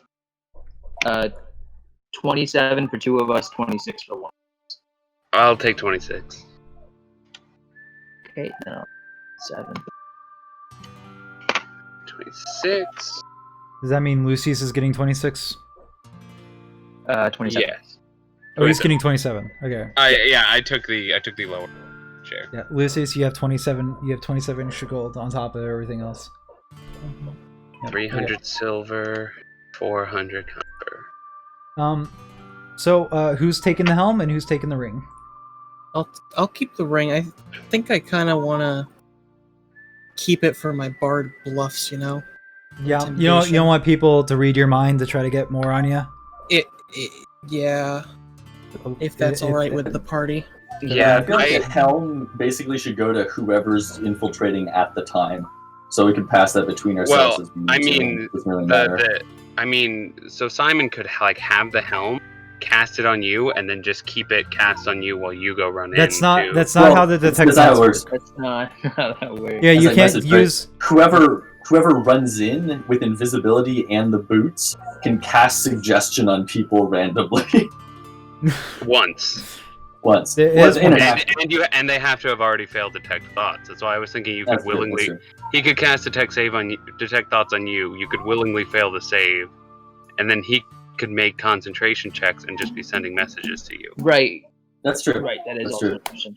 Now, here's something I want to go ahead and go over real fast. Assuming that like kind of loot's a little bit gathered up here.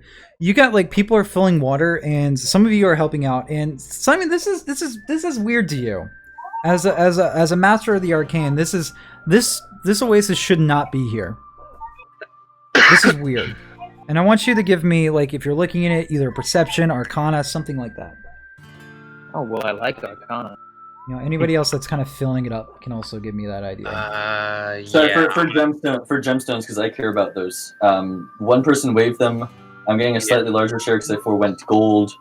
Is anyone else interested in these gems, or do I just take off? Could I get the rose quartz? Both of them? At least one. Sure. Okay. Well, one or both. It's up to you. Sure. For one. Both. Okay. Sure. Sure, but with less certainty. Sure, I would but take in both. Yeah, sure. No problem. I don't have any plans for them per se. I do. I'm sitting here too, and I'm like, I would have liked the Ring of Mind Shielding, but at the very tail end, like, my soul being trapped within an item does not vibe with my character. Yeah, you know a guy that And has a his similar. whole hatred of souls being trapped within items, so he's like, I'm a bass. So, Lucius, you put on the ring and you attune to it, right? If that's how to use it. Yeah, that's how you would use it. You do hear inside the ring. Attune. Hello? Hello? Oh, Who's- it's already got a soul in it. It's got Hi. a soul in it. Hello. Gross. What happens? What? Where am I? Who are you? Wait, who are you? The name's Lucius. Who are you? Hi, Lucius. Where am I? I don't have a body. I can't move my arms. Well, I'm gonna look at my hand. Do I recognize? You don't hear it. You don't hear it. No, wait. Do I recognize the telltale look on the face of a man talking to an item in his hand? That's telepathically communicating. Well, what I was gonna do is I'm gonna look at my hand, look at the ring. I'm gonna like, huh. I'm gonna look over at Clayton. I'm like, so is this what you go through? Yeah, pretty much. Sir, you... we're communicating telepathically, right? Yeah, it's telepathic. Like you can speak out loud and that can work towards it, but generally it's the thoughts going to each other. It's the thought that counts. I'm gonna think because I'm assuming I don't really know that I can communicate like that way. Yeah, yet. you say like I'm Lucius. Hi Lucius. Where? I think I'm lost. I don't think I'm okay. I think I'm in a bad spot right now. Why is it dark? I'm going to think to myself, but it's not actually to myself because he can hear me. Yeah. Man, I feel so bad for this guy. I think he's trapped in this ring. What? to which, and I'm gonna think. Oh, you heard that? The ring? A man in the ring? Wait, but that means the classic horror film from 1984. It crawls out of the screen now. But that means, but I had so much to live for. I was gonna marry my husband. We were gonna get married in the West, and was she hot? Was she hot? Yeah, was your husband the female hot? No, you as in the person trapped in the ring. You guys can't. I know gender roles. I'm sorry. We can't hear him. I'm actually. I just had it up. It's the ring of mind shielding. I'm just gonna go ahead real fast. It can talk telepathy through it, telepathically. So it could theoretically talk to another person. With any creature wearing it. No. So it's just Lucius. Just Lucius can. Yeah, it's just me. I already attuned and I already got that all set up on D&D Beyond. You're not cursed, by the way. You can unattune to it. This isn't like a cursed item. It just has a soul already inside of it. I'm fine. Lucius, am I dead? That's hard to say. I was gonna cross the Mississippi. We were gonna the new land, make a new life for ourselves. Oh God! All right, well, let's calm down for a minute. Let's calm down. First, tell me your name. Abigail. My name's Abigail. Abigail. That's a very pretty name, Abigail. Am I gonna be all right? Fine, all right. I'm not sure how the whole souls within items work. By the way, you look inside the hut. You see the disembodied corpse of a woman with that probably had blonde hair, but it's all red now. Half-eaten corpse, torn clothing. You have a feeling. Hey, Abigail. What color was your hair, if I may ask? It was blonde. Blonde? Oh. Why? Why do you ask? It's not blonde anymore. Just in case I stumble upon your body.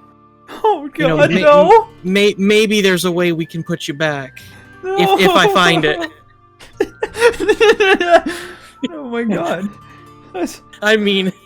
She can communicate with me, but technically the ring makes me immune from her reading my... Well, no. That's the thing, is that the person inside the ring always has access to communication with you. You cannot stop that one. That's the only one you can't stop while wearing the ring. Right, I guess. You already thought about how you wouldn't tell her, so... Jeez. Listen, real catch-22. I'm unfortunately an expert. Abigail, I'm so sorry. Oh my God. Listen, if she offers you a deal, take it. The powers are rad as fuck.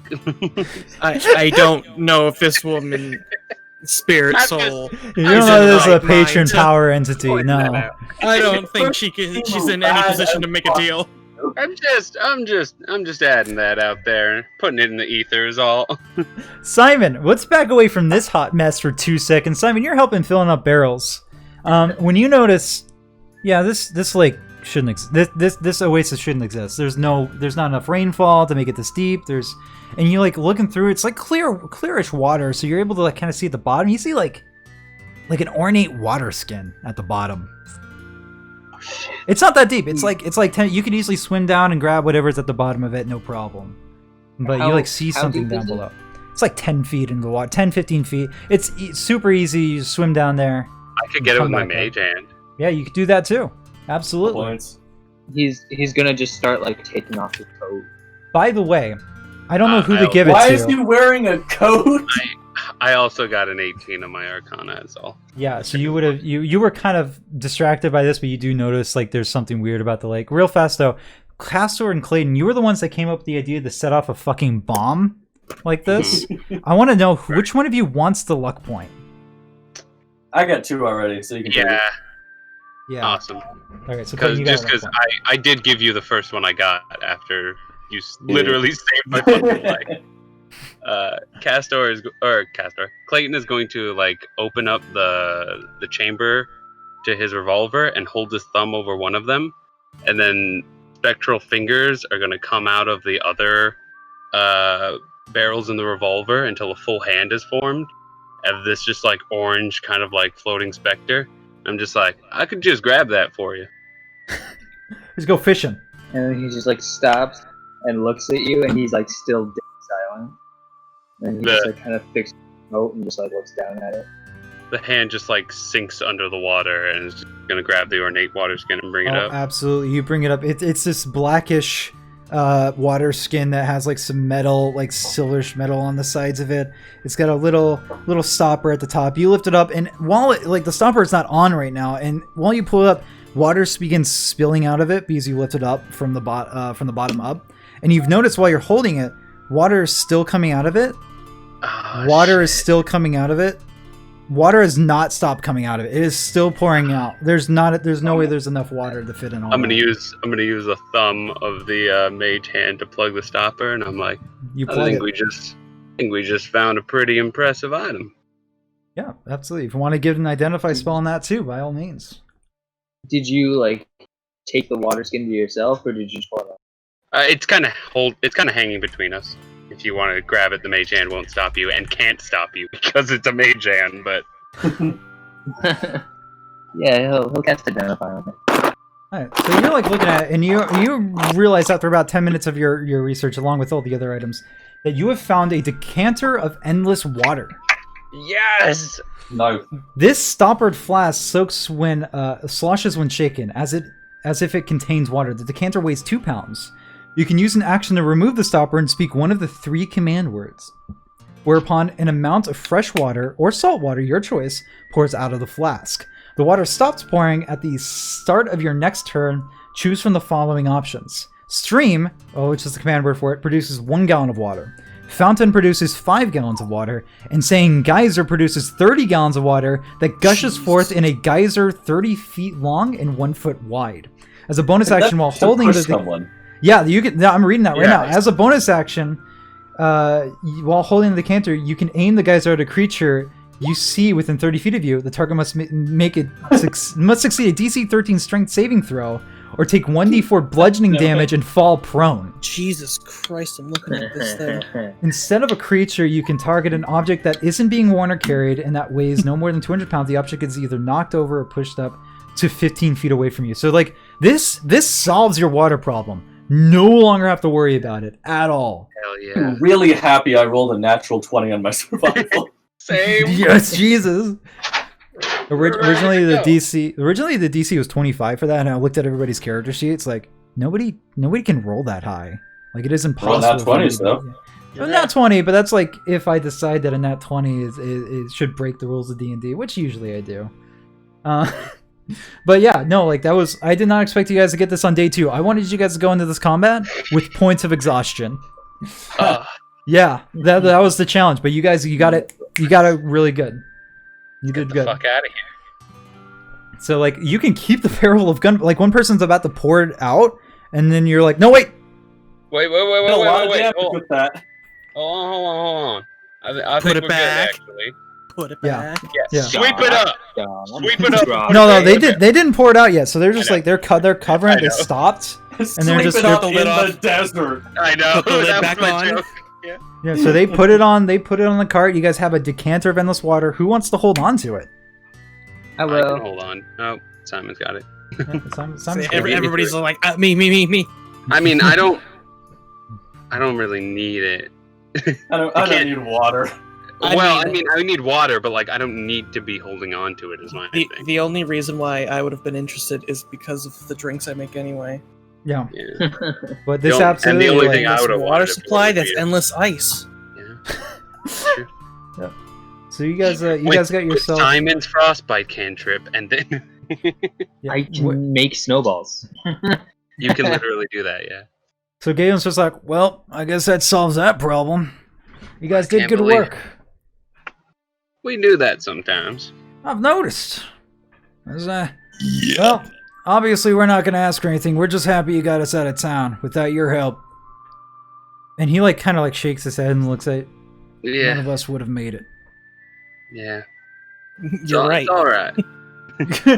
Liz is You're like, you're right. absolutely Yeah. right. Debt's repaid and all that. You got me out here.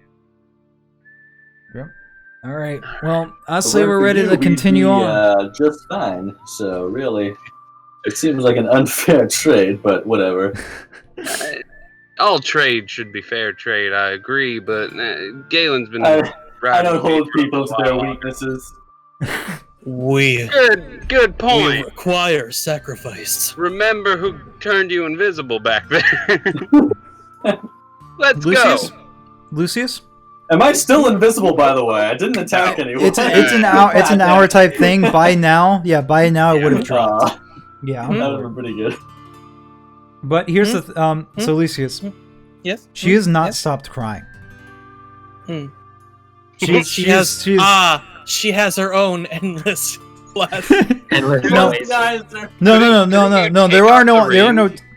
You can if you want. You can take it off. You're still attuned to it. You can take it off. You take it off. She goes quiet. You don't hear her anymore. I could. Yeah, you can if you want.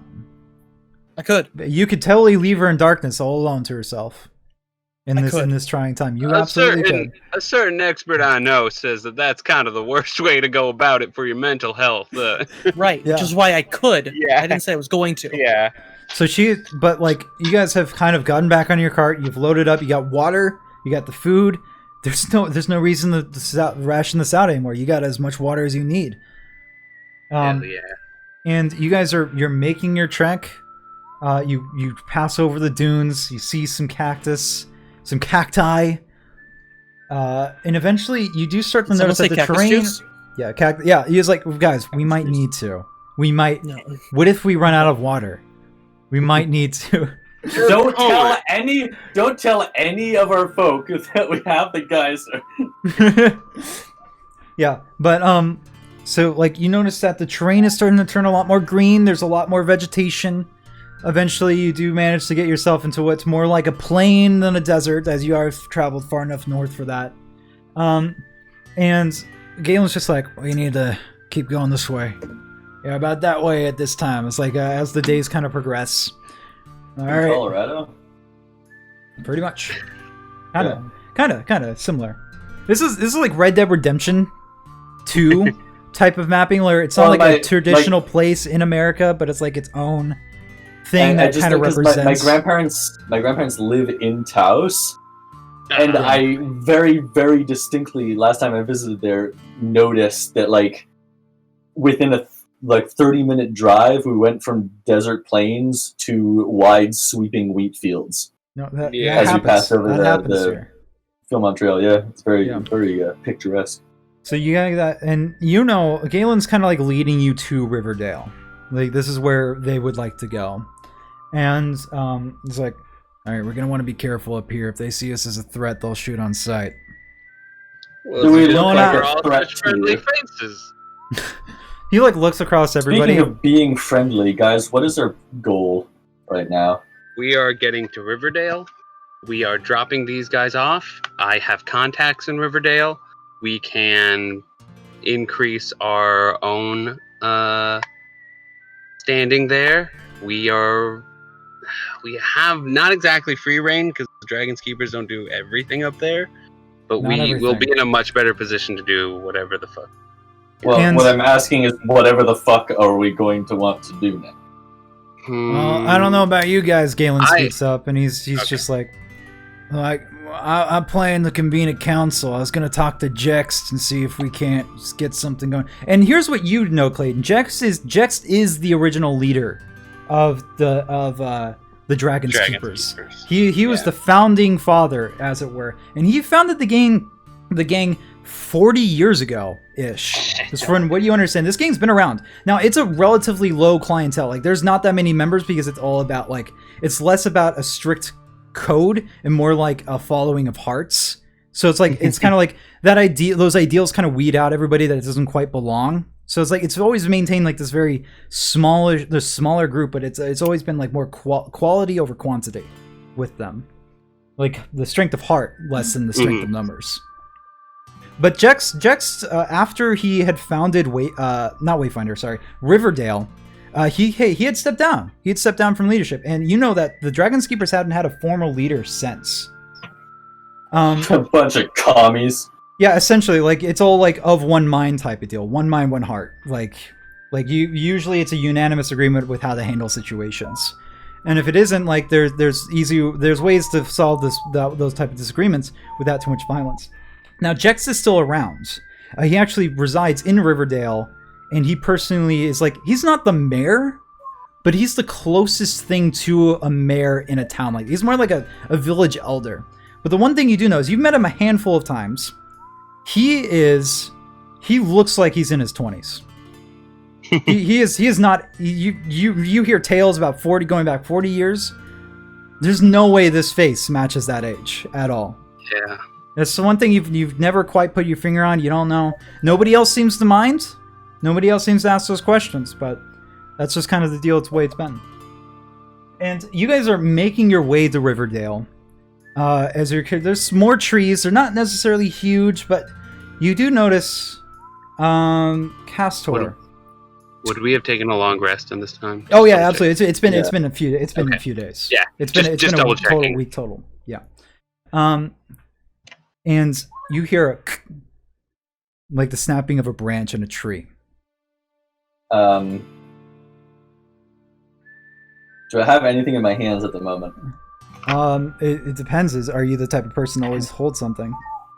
I would be tossing the lemon back and forth between my hands. Here we go. You toss it, an arrow flies immediately inside of it and falls down to the ground. Can I grab that arrow?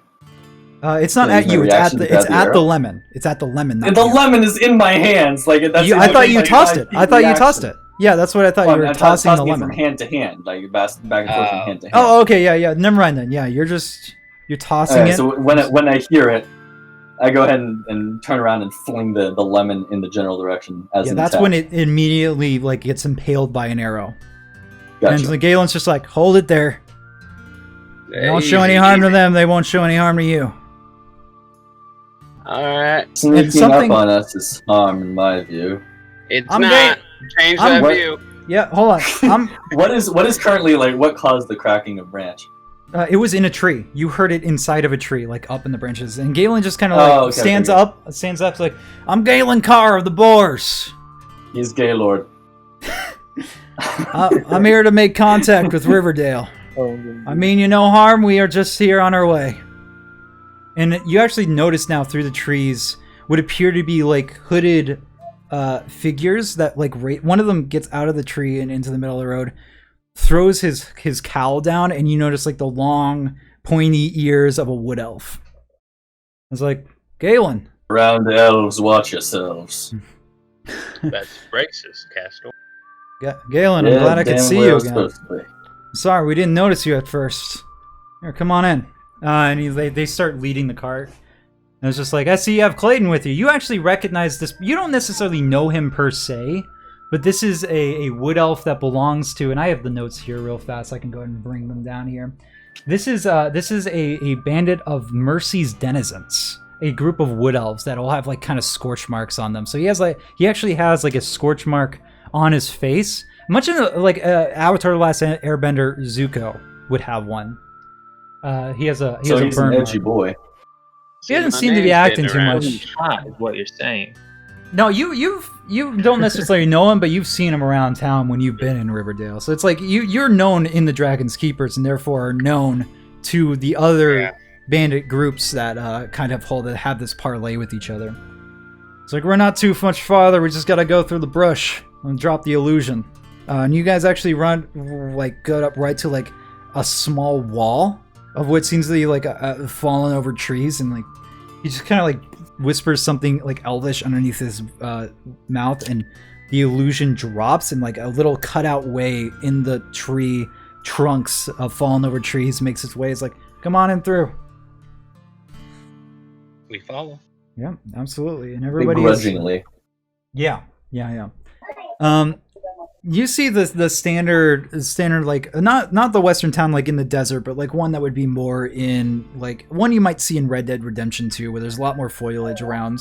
But it's a standard town. You got like a shabby general store over here. There doesn't seem to be too much foot traffic in this town. It's very small compared to Wayfinder. It's like a street. That's it. And there's like a half burnt down church. There is several different houses of which you know are like accommodations for various outlaws that have built a hideout here. And one of them's made of stone, some of them are made of wood. And it's just kind of like you're being led throughout the street to a saloon by the name. And I have it here. 1 second. I did not highlight it, so I'm like looking for it now. The Horde. And I thought that was going to go in a different direction halfway through the first syllable. No, it's. I want to. I want to keep an eye out for how many other elves there are in the city. I do not like elves. If you racist against elves much, yeah, you can give me a perception check. You can give me one of those. I will do that. I'll open my character sheet again because it's hard to do that with. So these intolerant people make it difficult for us to all get along out here. Tell me That's about 14. I rolled with advantage, but yeah. You're looking through the trees. You lose count of the numbers, but it's like some of them, like there's you have a feeling that there's less than the amount that's being shown. And the way you can kind of fit that in your mind is that some of them are like hiding behind the trees, stealthing, and then showing up in other trees. So it's like a smaller group, a smaller group that's kind of like showing off their numbers, but they really don't have those types of numbers. Now, you guys have found yourself in front of the Horde, a saloon that you would know, Clayton, is manned entirely by kobolds. Red. Yeah, it's pretty nice. Galen's just like, well, let's get ourselves a drink. A proper one this time. You call Lucius's drinking proper? Because they haven't really been drinking alcohol. They have not been drinking alcohol. Yeah, I think it just means that we've been down in water for the past week and a half. Yeah. Did you want salt? Did you want salt?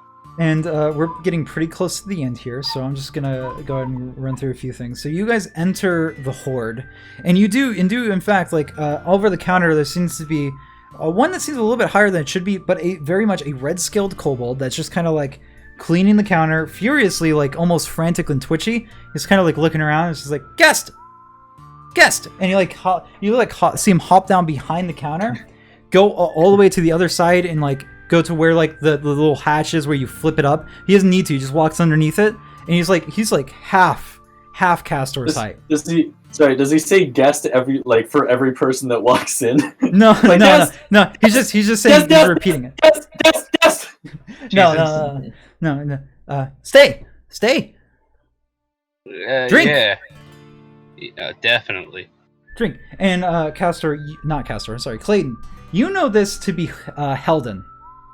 Yeah. He's kind of dressed up in that normal, bartender garb, that vest, the pocket watch, the cufflinks with the long blouse shirt, and stuff like that. But he's like, it's very cute because it's on this like little small kobold creature.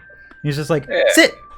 And then like you actually see a couple other kobolds come out of nowhere dressed in similar garb, and they're just like pushing you forward. It's like, sit. Yeah. I'm going, guys. Come on. And you know these to be Helden's pikes. They're kind of like underneath Helden himself. And you know that they're just kind of like the handyman around town. Like Helden runs the bar, but like all these kobolds are around town fixing things up when they break, doing generally like good deeds for everybody. They've just been here for a while, and they've in service of the town for quite some time, basically since it's founded. Yeah. So they sit you down, and in the bar you see a few things, and we're gonna go by this lickety split. There's a man that sits in the corner, a corner booth with a couple of his boys. He seems to be dressed in all black. Lucius, you would actually know who this is. As a purveyor of people who are famous in their niche fields, this is actually Mosin. Mosin Crater is a famous gambler that at one point in time basically... Fuck, do you spell that? Mosin, M-O-Z-A-N C-R-A-T-E-R. Mosin Crater. M-O-Z-A-N? Yeah. Mozan. Mozan Crater. Mozambique. Great. And you know him, he's like flipping around some cards in his hand. You know that he's like, every tournament he's ever entered, he's won. Like, by a long shot. Like, his luck... Like, he has never been caught for cheating, but he's been banned from a lot of casinos for, like, basically clearing them out. On another note, like, he eventually, like, announced that, well, I mean, today is the day that I take up banditry. I give up the best ante I can of all my life for a good long time. And a good time at that. And he like rushed off to the west with a couple of guys, and he's been in this life of banditry ever since. Seemingly to go off on like the tail end of like just adventure. And you notice him, he's sitting right over there. And he kind of like sees that you're looking at him, he just like tips his hat to you. And over on one corner, there seems to be a set of tables with like a metal sheet on the floor, and the table has like a metal sheet on it, and the chairs are made of metal as these flaming dwarves with this brass skin are sitting down at the table, and they're playing with these fireproof cards because their hair is just alight with like a mane of fire.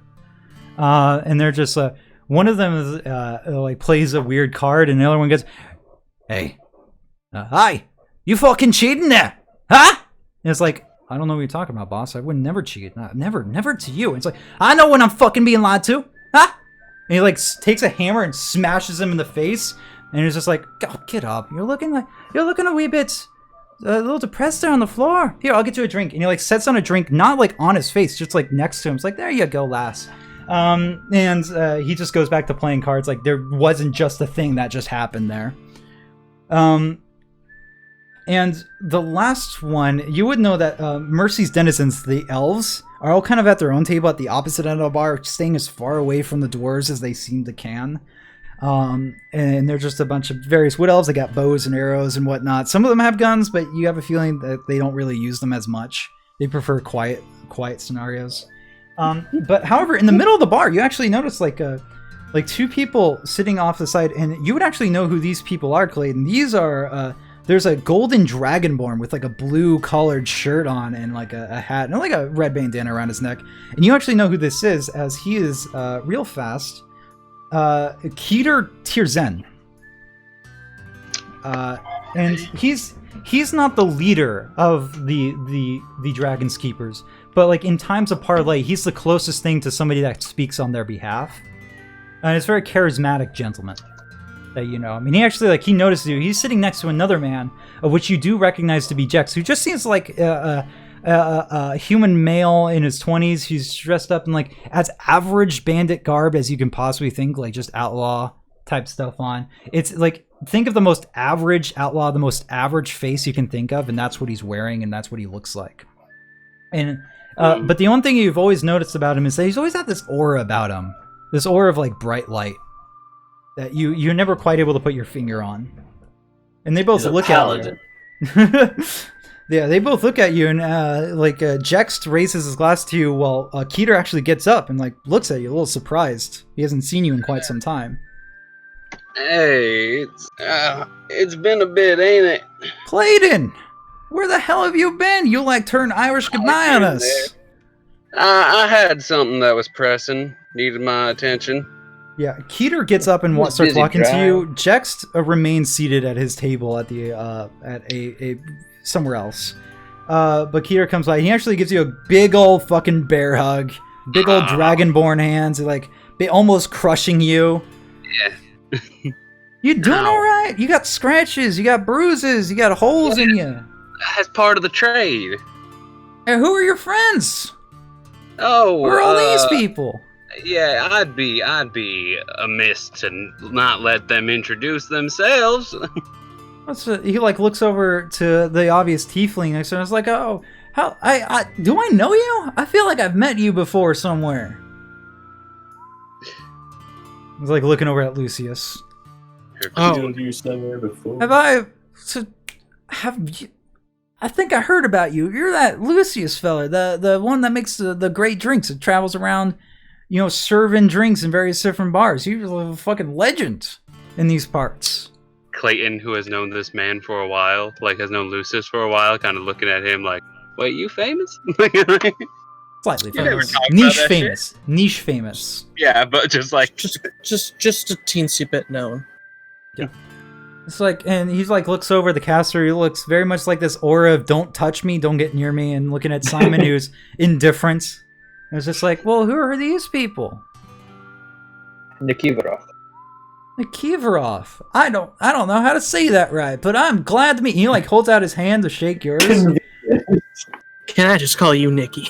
He actually, if you don't even give it, he just takes it and starts shaking it. He even gives you like one of those half hugs. He pulls you in. It's like, man, Clayton, you've been making friends. I'm not gonna get near you. I feel like you're gonna stab me in my throat if I do. He looks over at Castor. He might. I definitely say I might. Yeah, he a bit of a temper. You have that air about you. Don't worry. I mean, hell, if it wasn't for as much as I don't like to say it, if you were an elf, you'd probably fit in right over with Mercy's denizens. But hey, let's not get into that. This is you'd best not be comparing me to one of those creatures. It's a different type of thing. Anyway, Keter, it's been a hot minute. Have you heard about the fuck's happening in Wayfinder? Wayfinder? Is that where you've been? Yeah, a little voice in my head was like, "Go west, young man," and I. Well, you know what? The call sane. to adventure. The call to adventure is one that we all must answer one day in our life. Just look over there at Mozan, over there, and he he draws a card from a deck. He raises at you as part of a wave, and it's like an ace of diamonds. He puts it back down. He draws another card, ace of clubs. Keeps doing it. It's just always a good card, no matter what it is. He flips a coin. He calls heads. It's always heads. It's always heads. It's like, yeah, you just answer the call. I understand. I get it. You needed some breathing space. I don't take any offense to it. It's like, well, let me get you a drink. Haugen, get Clayton. Give my friend Clayton Draze a drink. Get all of his friends. Get the Boars drinks. Y'all look like you've seen war. You know anything about that bounty on my head? Oh, the one with the 100 gold that came out after we had robbed that one guy's house? Yeah. Yeah. Yeah, I heard about. I don't know why you got that. None of us did. I guess you got saw or something. What's up about that? Is there something wrong? Let's talk for a bit, and I'm going to inform him on the shit that's been going down at Wayfinder, and what I know, including up to Colton John being in league with the governor and the governor doing shady shit. It's like everything, just dropping everything on him. Yeah. Yeah. It's like, do you even talk about your patron and the gun, or what do you? No. Why would I talk about that? You leave that completely out. Yeah, there's no reason. Yeah, there's no reason to bring that up. Just gush about everyone else's secrets, but your gun stays hidden.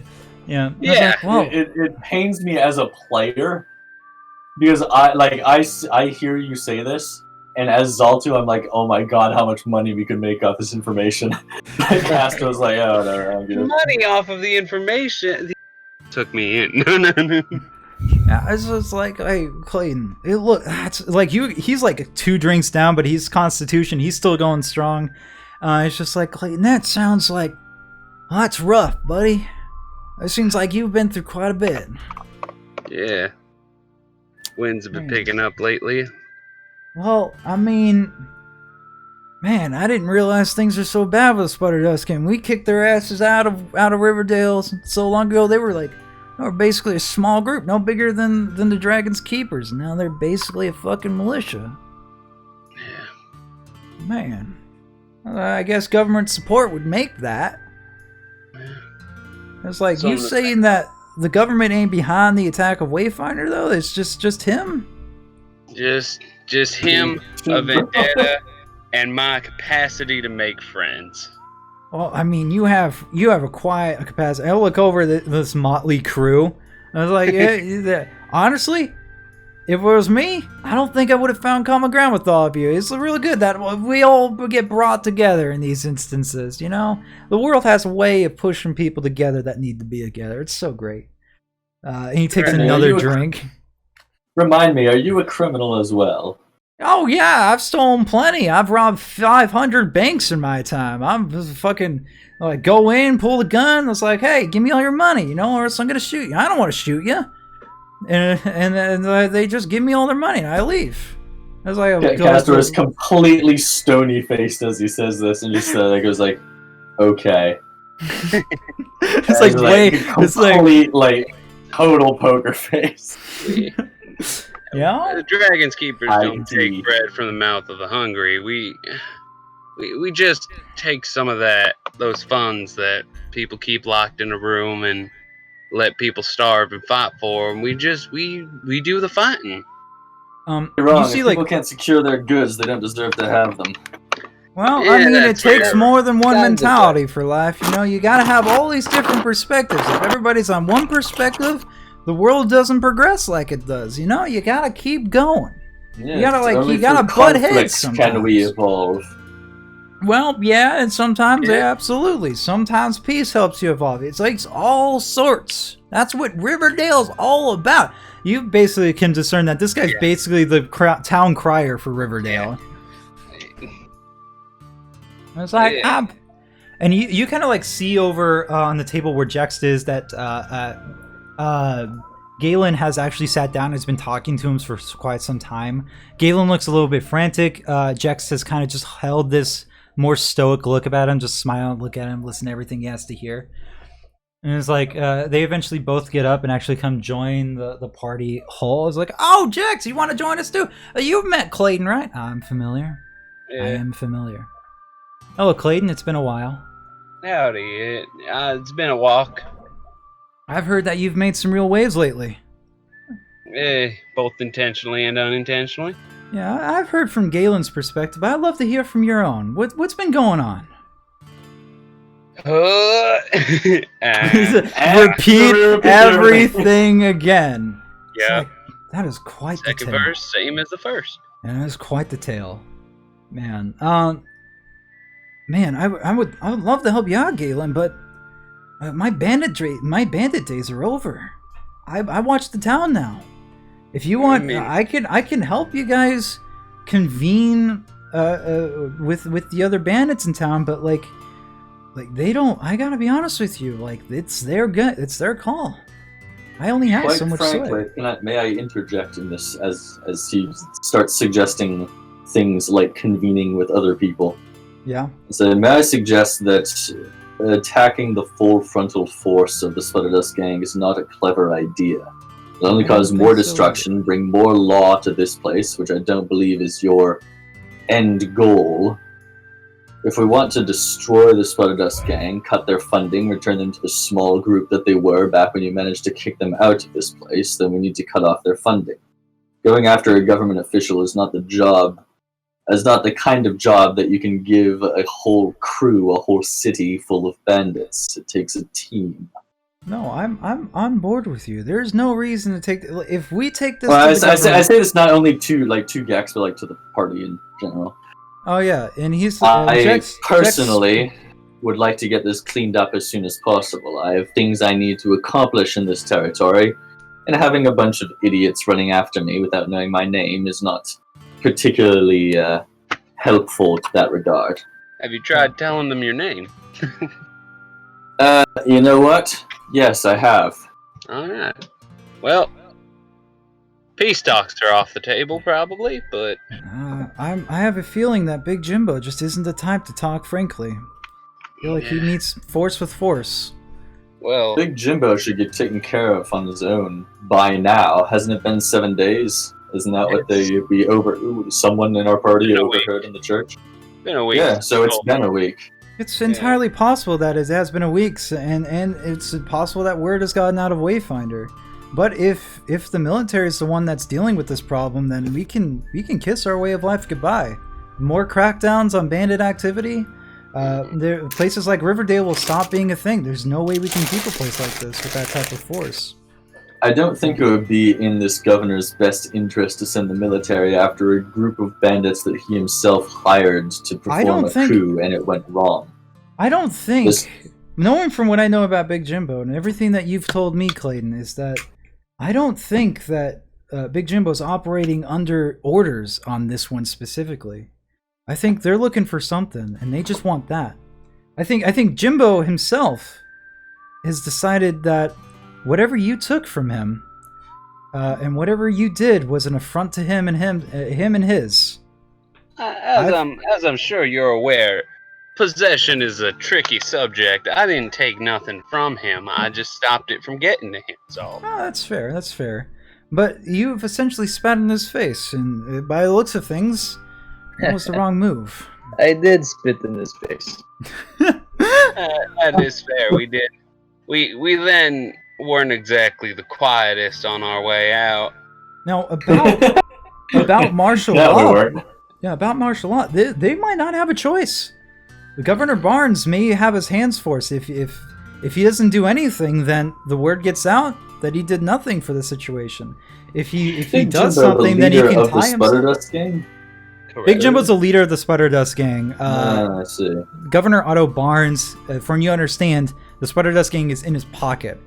But based on a lot of information you've gotten, it kind of seems like this recent raid on Wayfinder seems to be, strictly speaking, a Spudder Dust operation. I thought Big Jimbo was like a lieutenant of some kind of the No, Spudder he is Dust the leader. He is the leader. He's in the fight. Gotcha. Yeah. Tell me, Clayton, if this deal is so personal as Gex? Jex. It's like Tex, but with a J. Gotcha. Jex claims it to be. What do you think the odds are that Big Jimbo has already left Wayfinder and is trying to track us right now? Well, he would have known we were heading this way. He would have known what we have on our path forward. He'd know what's direct. Shit. I think we should probably get ready for a siege. Fuck. Yeah, that's shit. Listen. Especially if he felt like there was nothing to gain from staying in Wayfinder, he's probably coming right this way. At this point, Clayton sits down, kind of to put himself more of a position of oh shit. He's like, I mean to bring this problem here. The heat was too hot. We had to get away from it. It's all. No. Listen, Clayton. It is not your fault for the actions of others. You may have made some weird moves that would spark Jimbo to do these things, but it is ultimately his choice and how he acts on that. And you get Castor, you've started to feel like this disgusting good aura about him that just kind of glows like an angel. It's it's rank to you. It's like, God, fucking punish him. He did something. Jesus, yeah. My intentions were good. Keeping something out of the hands of them's all. And listen, some of these things are out of the hands of fate, and if they're coming this way, then we will need to convene a town meeting. And we better do it quickly because they're likely not very far behind us, and likely and more surprised. Did not need to stop nearly as often. They could be here. They could be here today, or they could be here tomorrow. Might have a day or two.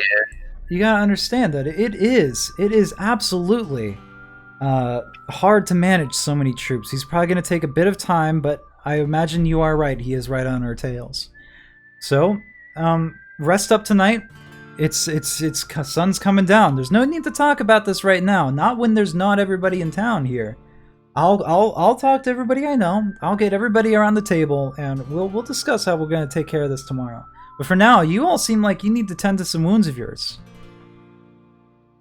I feel like Yeah, So not all of us, but we should be. We got many long rests in between. I know. It's just a general idea that like you still have the more guys bandages that around aren't- it. Yeah. that aren't doing that. Yeah. The NPCs. They're not hero characters. No. Yeah. So And Simon for some reason. and it's like you guys are welcome to stay here tonight. Absolutely. And it's like and I'm getting all my characters mixed up. Keter's just like, yep, I'll show you right to your room. I'll show you right where you can sleep. I got a bed right upstairs that's fit for a Dragonborn. You guys can probably fit 2 to that if you wanted to, but I probably would assume that you don't. Yeah, that's a little more personal than friendship's gotten. And like a lot of like the kobolds on the ground are just kind of like sleep, rest. And they're like carrying like blankets and whatnot upstairs. They're like hut. It's all rather cute. As we do bring an end to today's session. I'm glad we were smart enough to realize that they were probably following us. Yeah. That would have been an unpleasant surprise next I had week. not considered that maybe letting them know that I was leaving and they're looking for me probably would have meant they didn't have to stay there. It weakened the line that you could easily get out, you know? Like, it had its bonuses. Some of this music is not loading for me right. I don't know why. That's fine. And I spit in his face multiple times. Yeah, you killed one of his guys. You basically took them all out of Wayfinder. You took his orb. I took his orb. I told him I'd meet him at sundown and then didn't show up.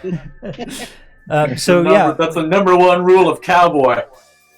Our travelers made their way to Riverdale. They lay their heads to bed for the night before tomorrow when they're going to have themselves a town meeting. We'll get to that next session. However, today they are all going to enjoy the many treasures they got. Now they don't have to worry about. You guys don't have to worry about water in the desert anymore. You guys got a thing for that now. That's good. Lucas, you got the ring with a person inside, with Abigail inside. You don't. I don't know if you know how to deal with that, but we'll get to that eventually. What did we do with the bodies? We just left them there, didn't we? Just kind of just left them there, yeah. Yeah. Well, you know, vultures are to eat too. Simon, you know, you were there. He got a decanter of endless water. He did. He got a decanter of endless water. Yeah, he I don't know who's holding on to that right now, but hell. I think it's Simon as well. I think Simon's got all the magic items from this run. Well, Lucius has the ring. Yeah. That's right. Yeah, and it's ultimately like you guys can pass it off to each other whenever you feel fit. Just don't duplicate it, obviously. But that's kind of the idea. Like, how'd you like that session today? How you guys like today's session? Yeah. It got very stressful as soon as you put math in front of us. I figured that would be a much bigger problem than bandits on the front gate. I don't know. Yeah. I just had a feeling. But you guys. Well, especially when the bandits were blown up, crushed by a tower, ran away, failed their saving throws. Oh yeah, we set it up right. Killer way to get out of there. Simon didn't even have to make a roll during the escape. He just watched everyone take over and was like, "Let's go."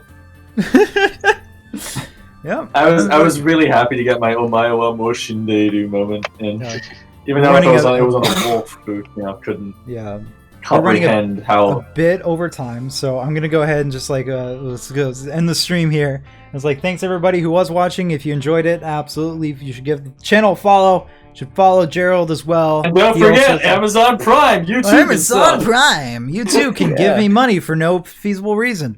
All right, bye everybody.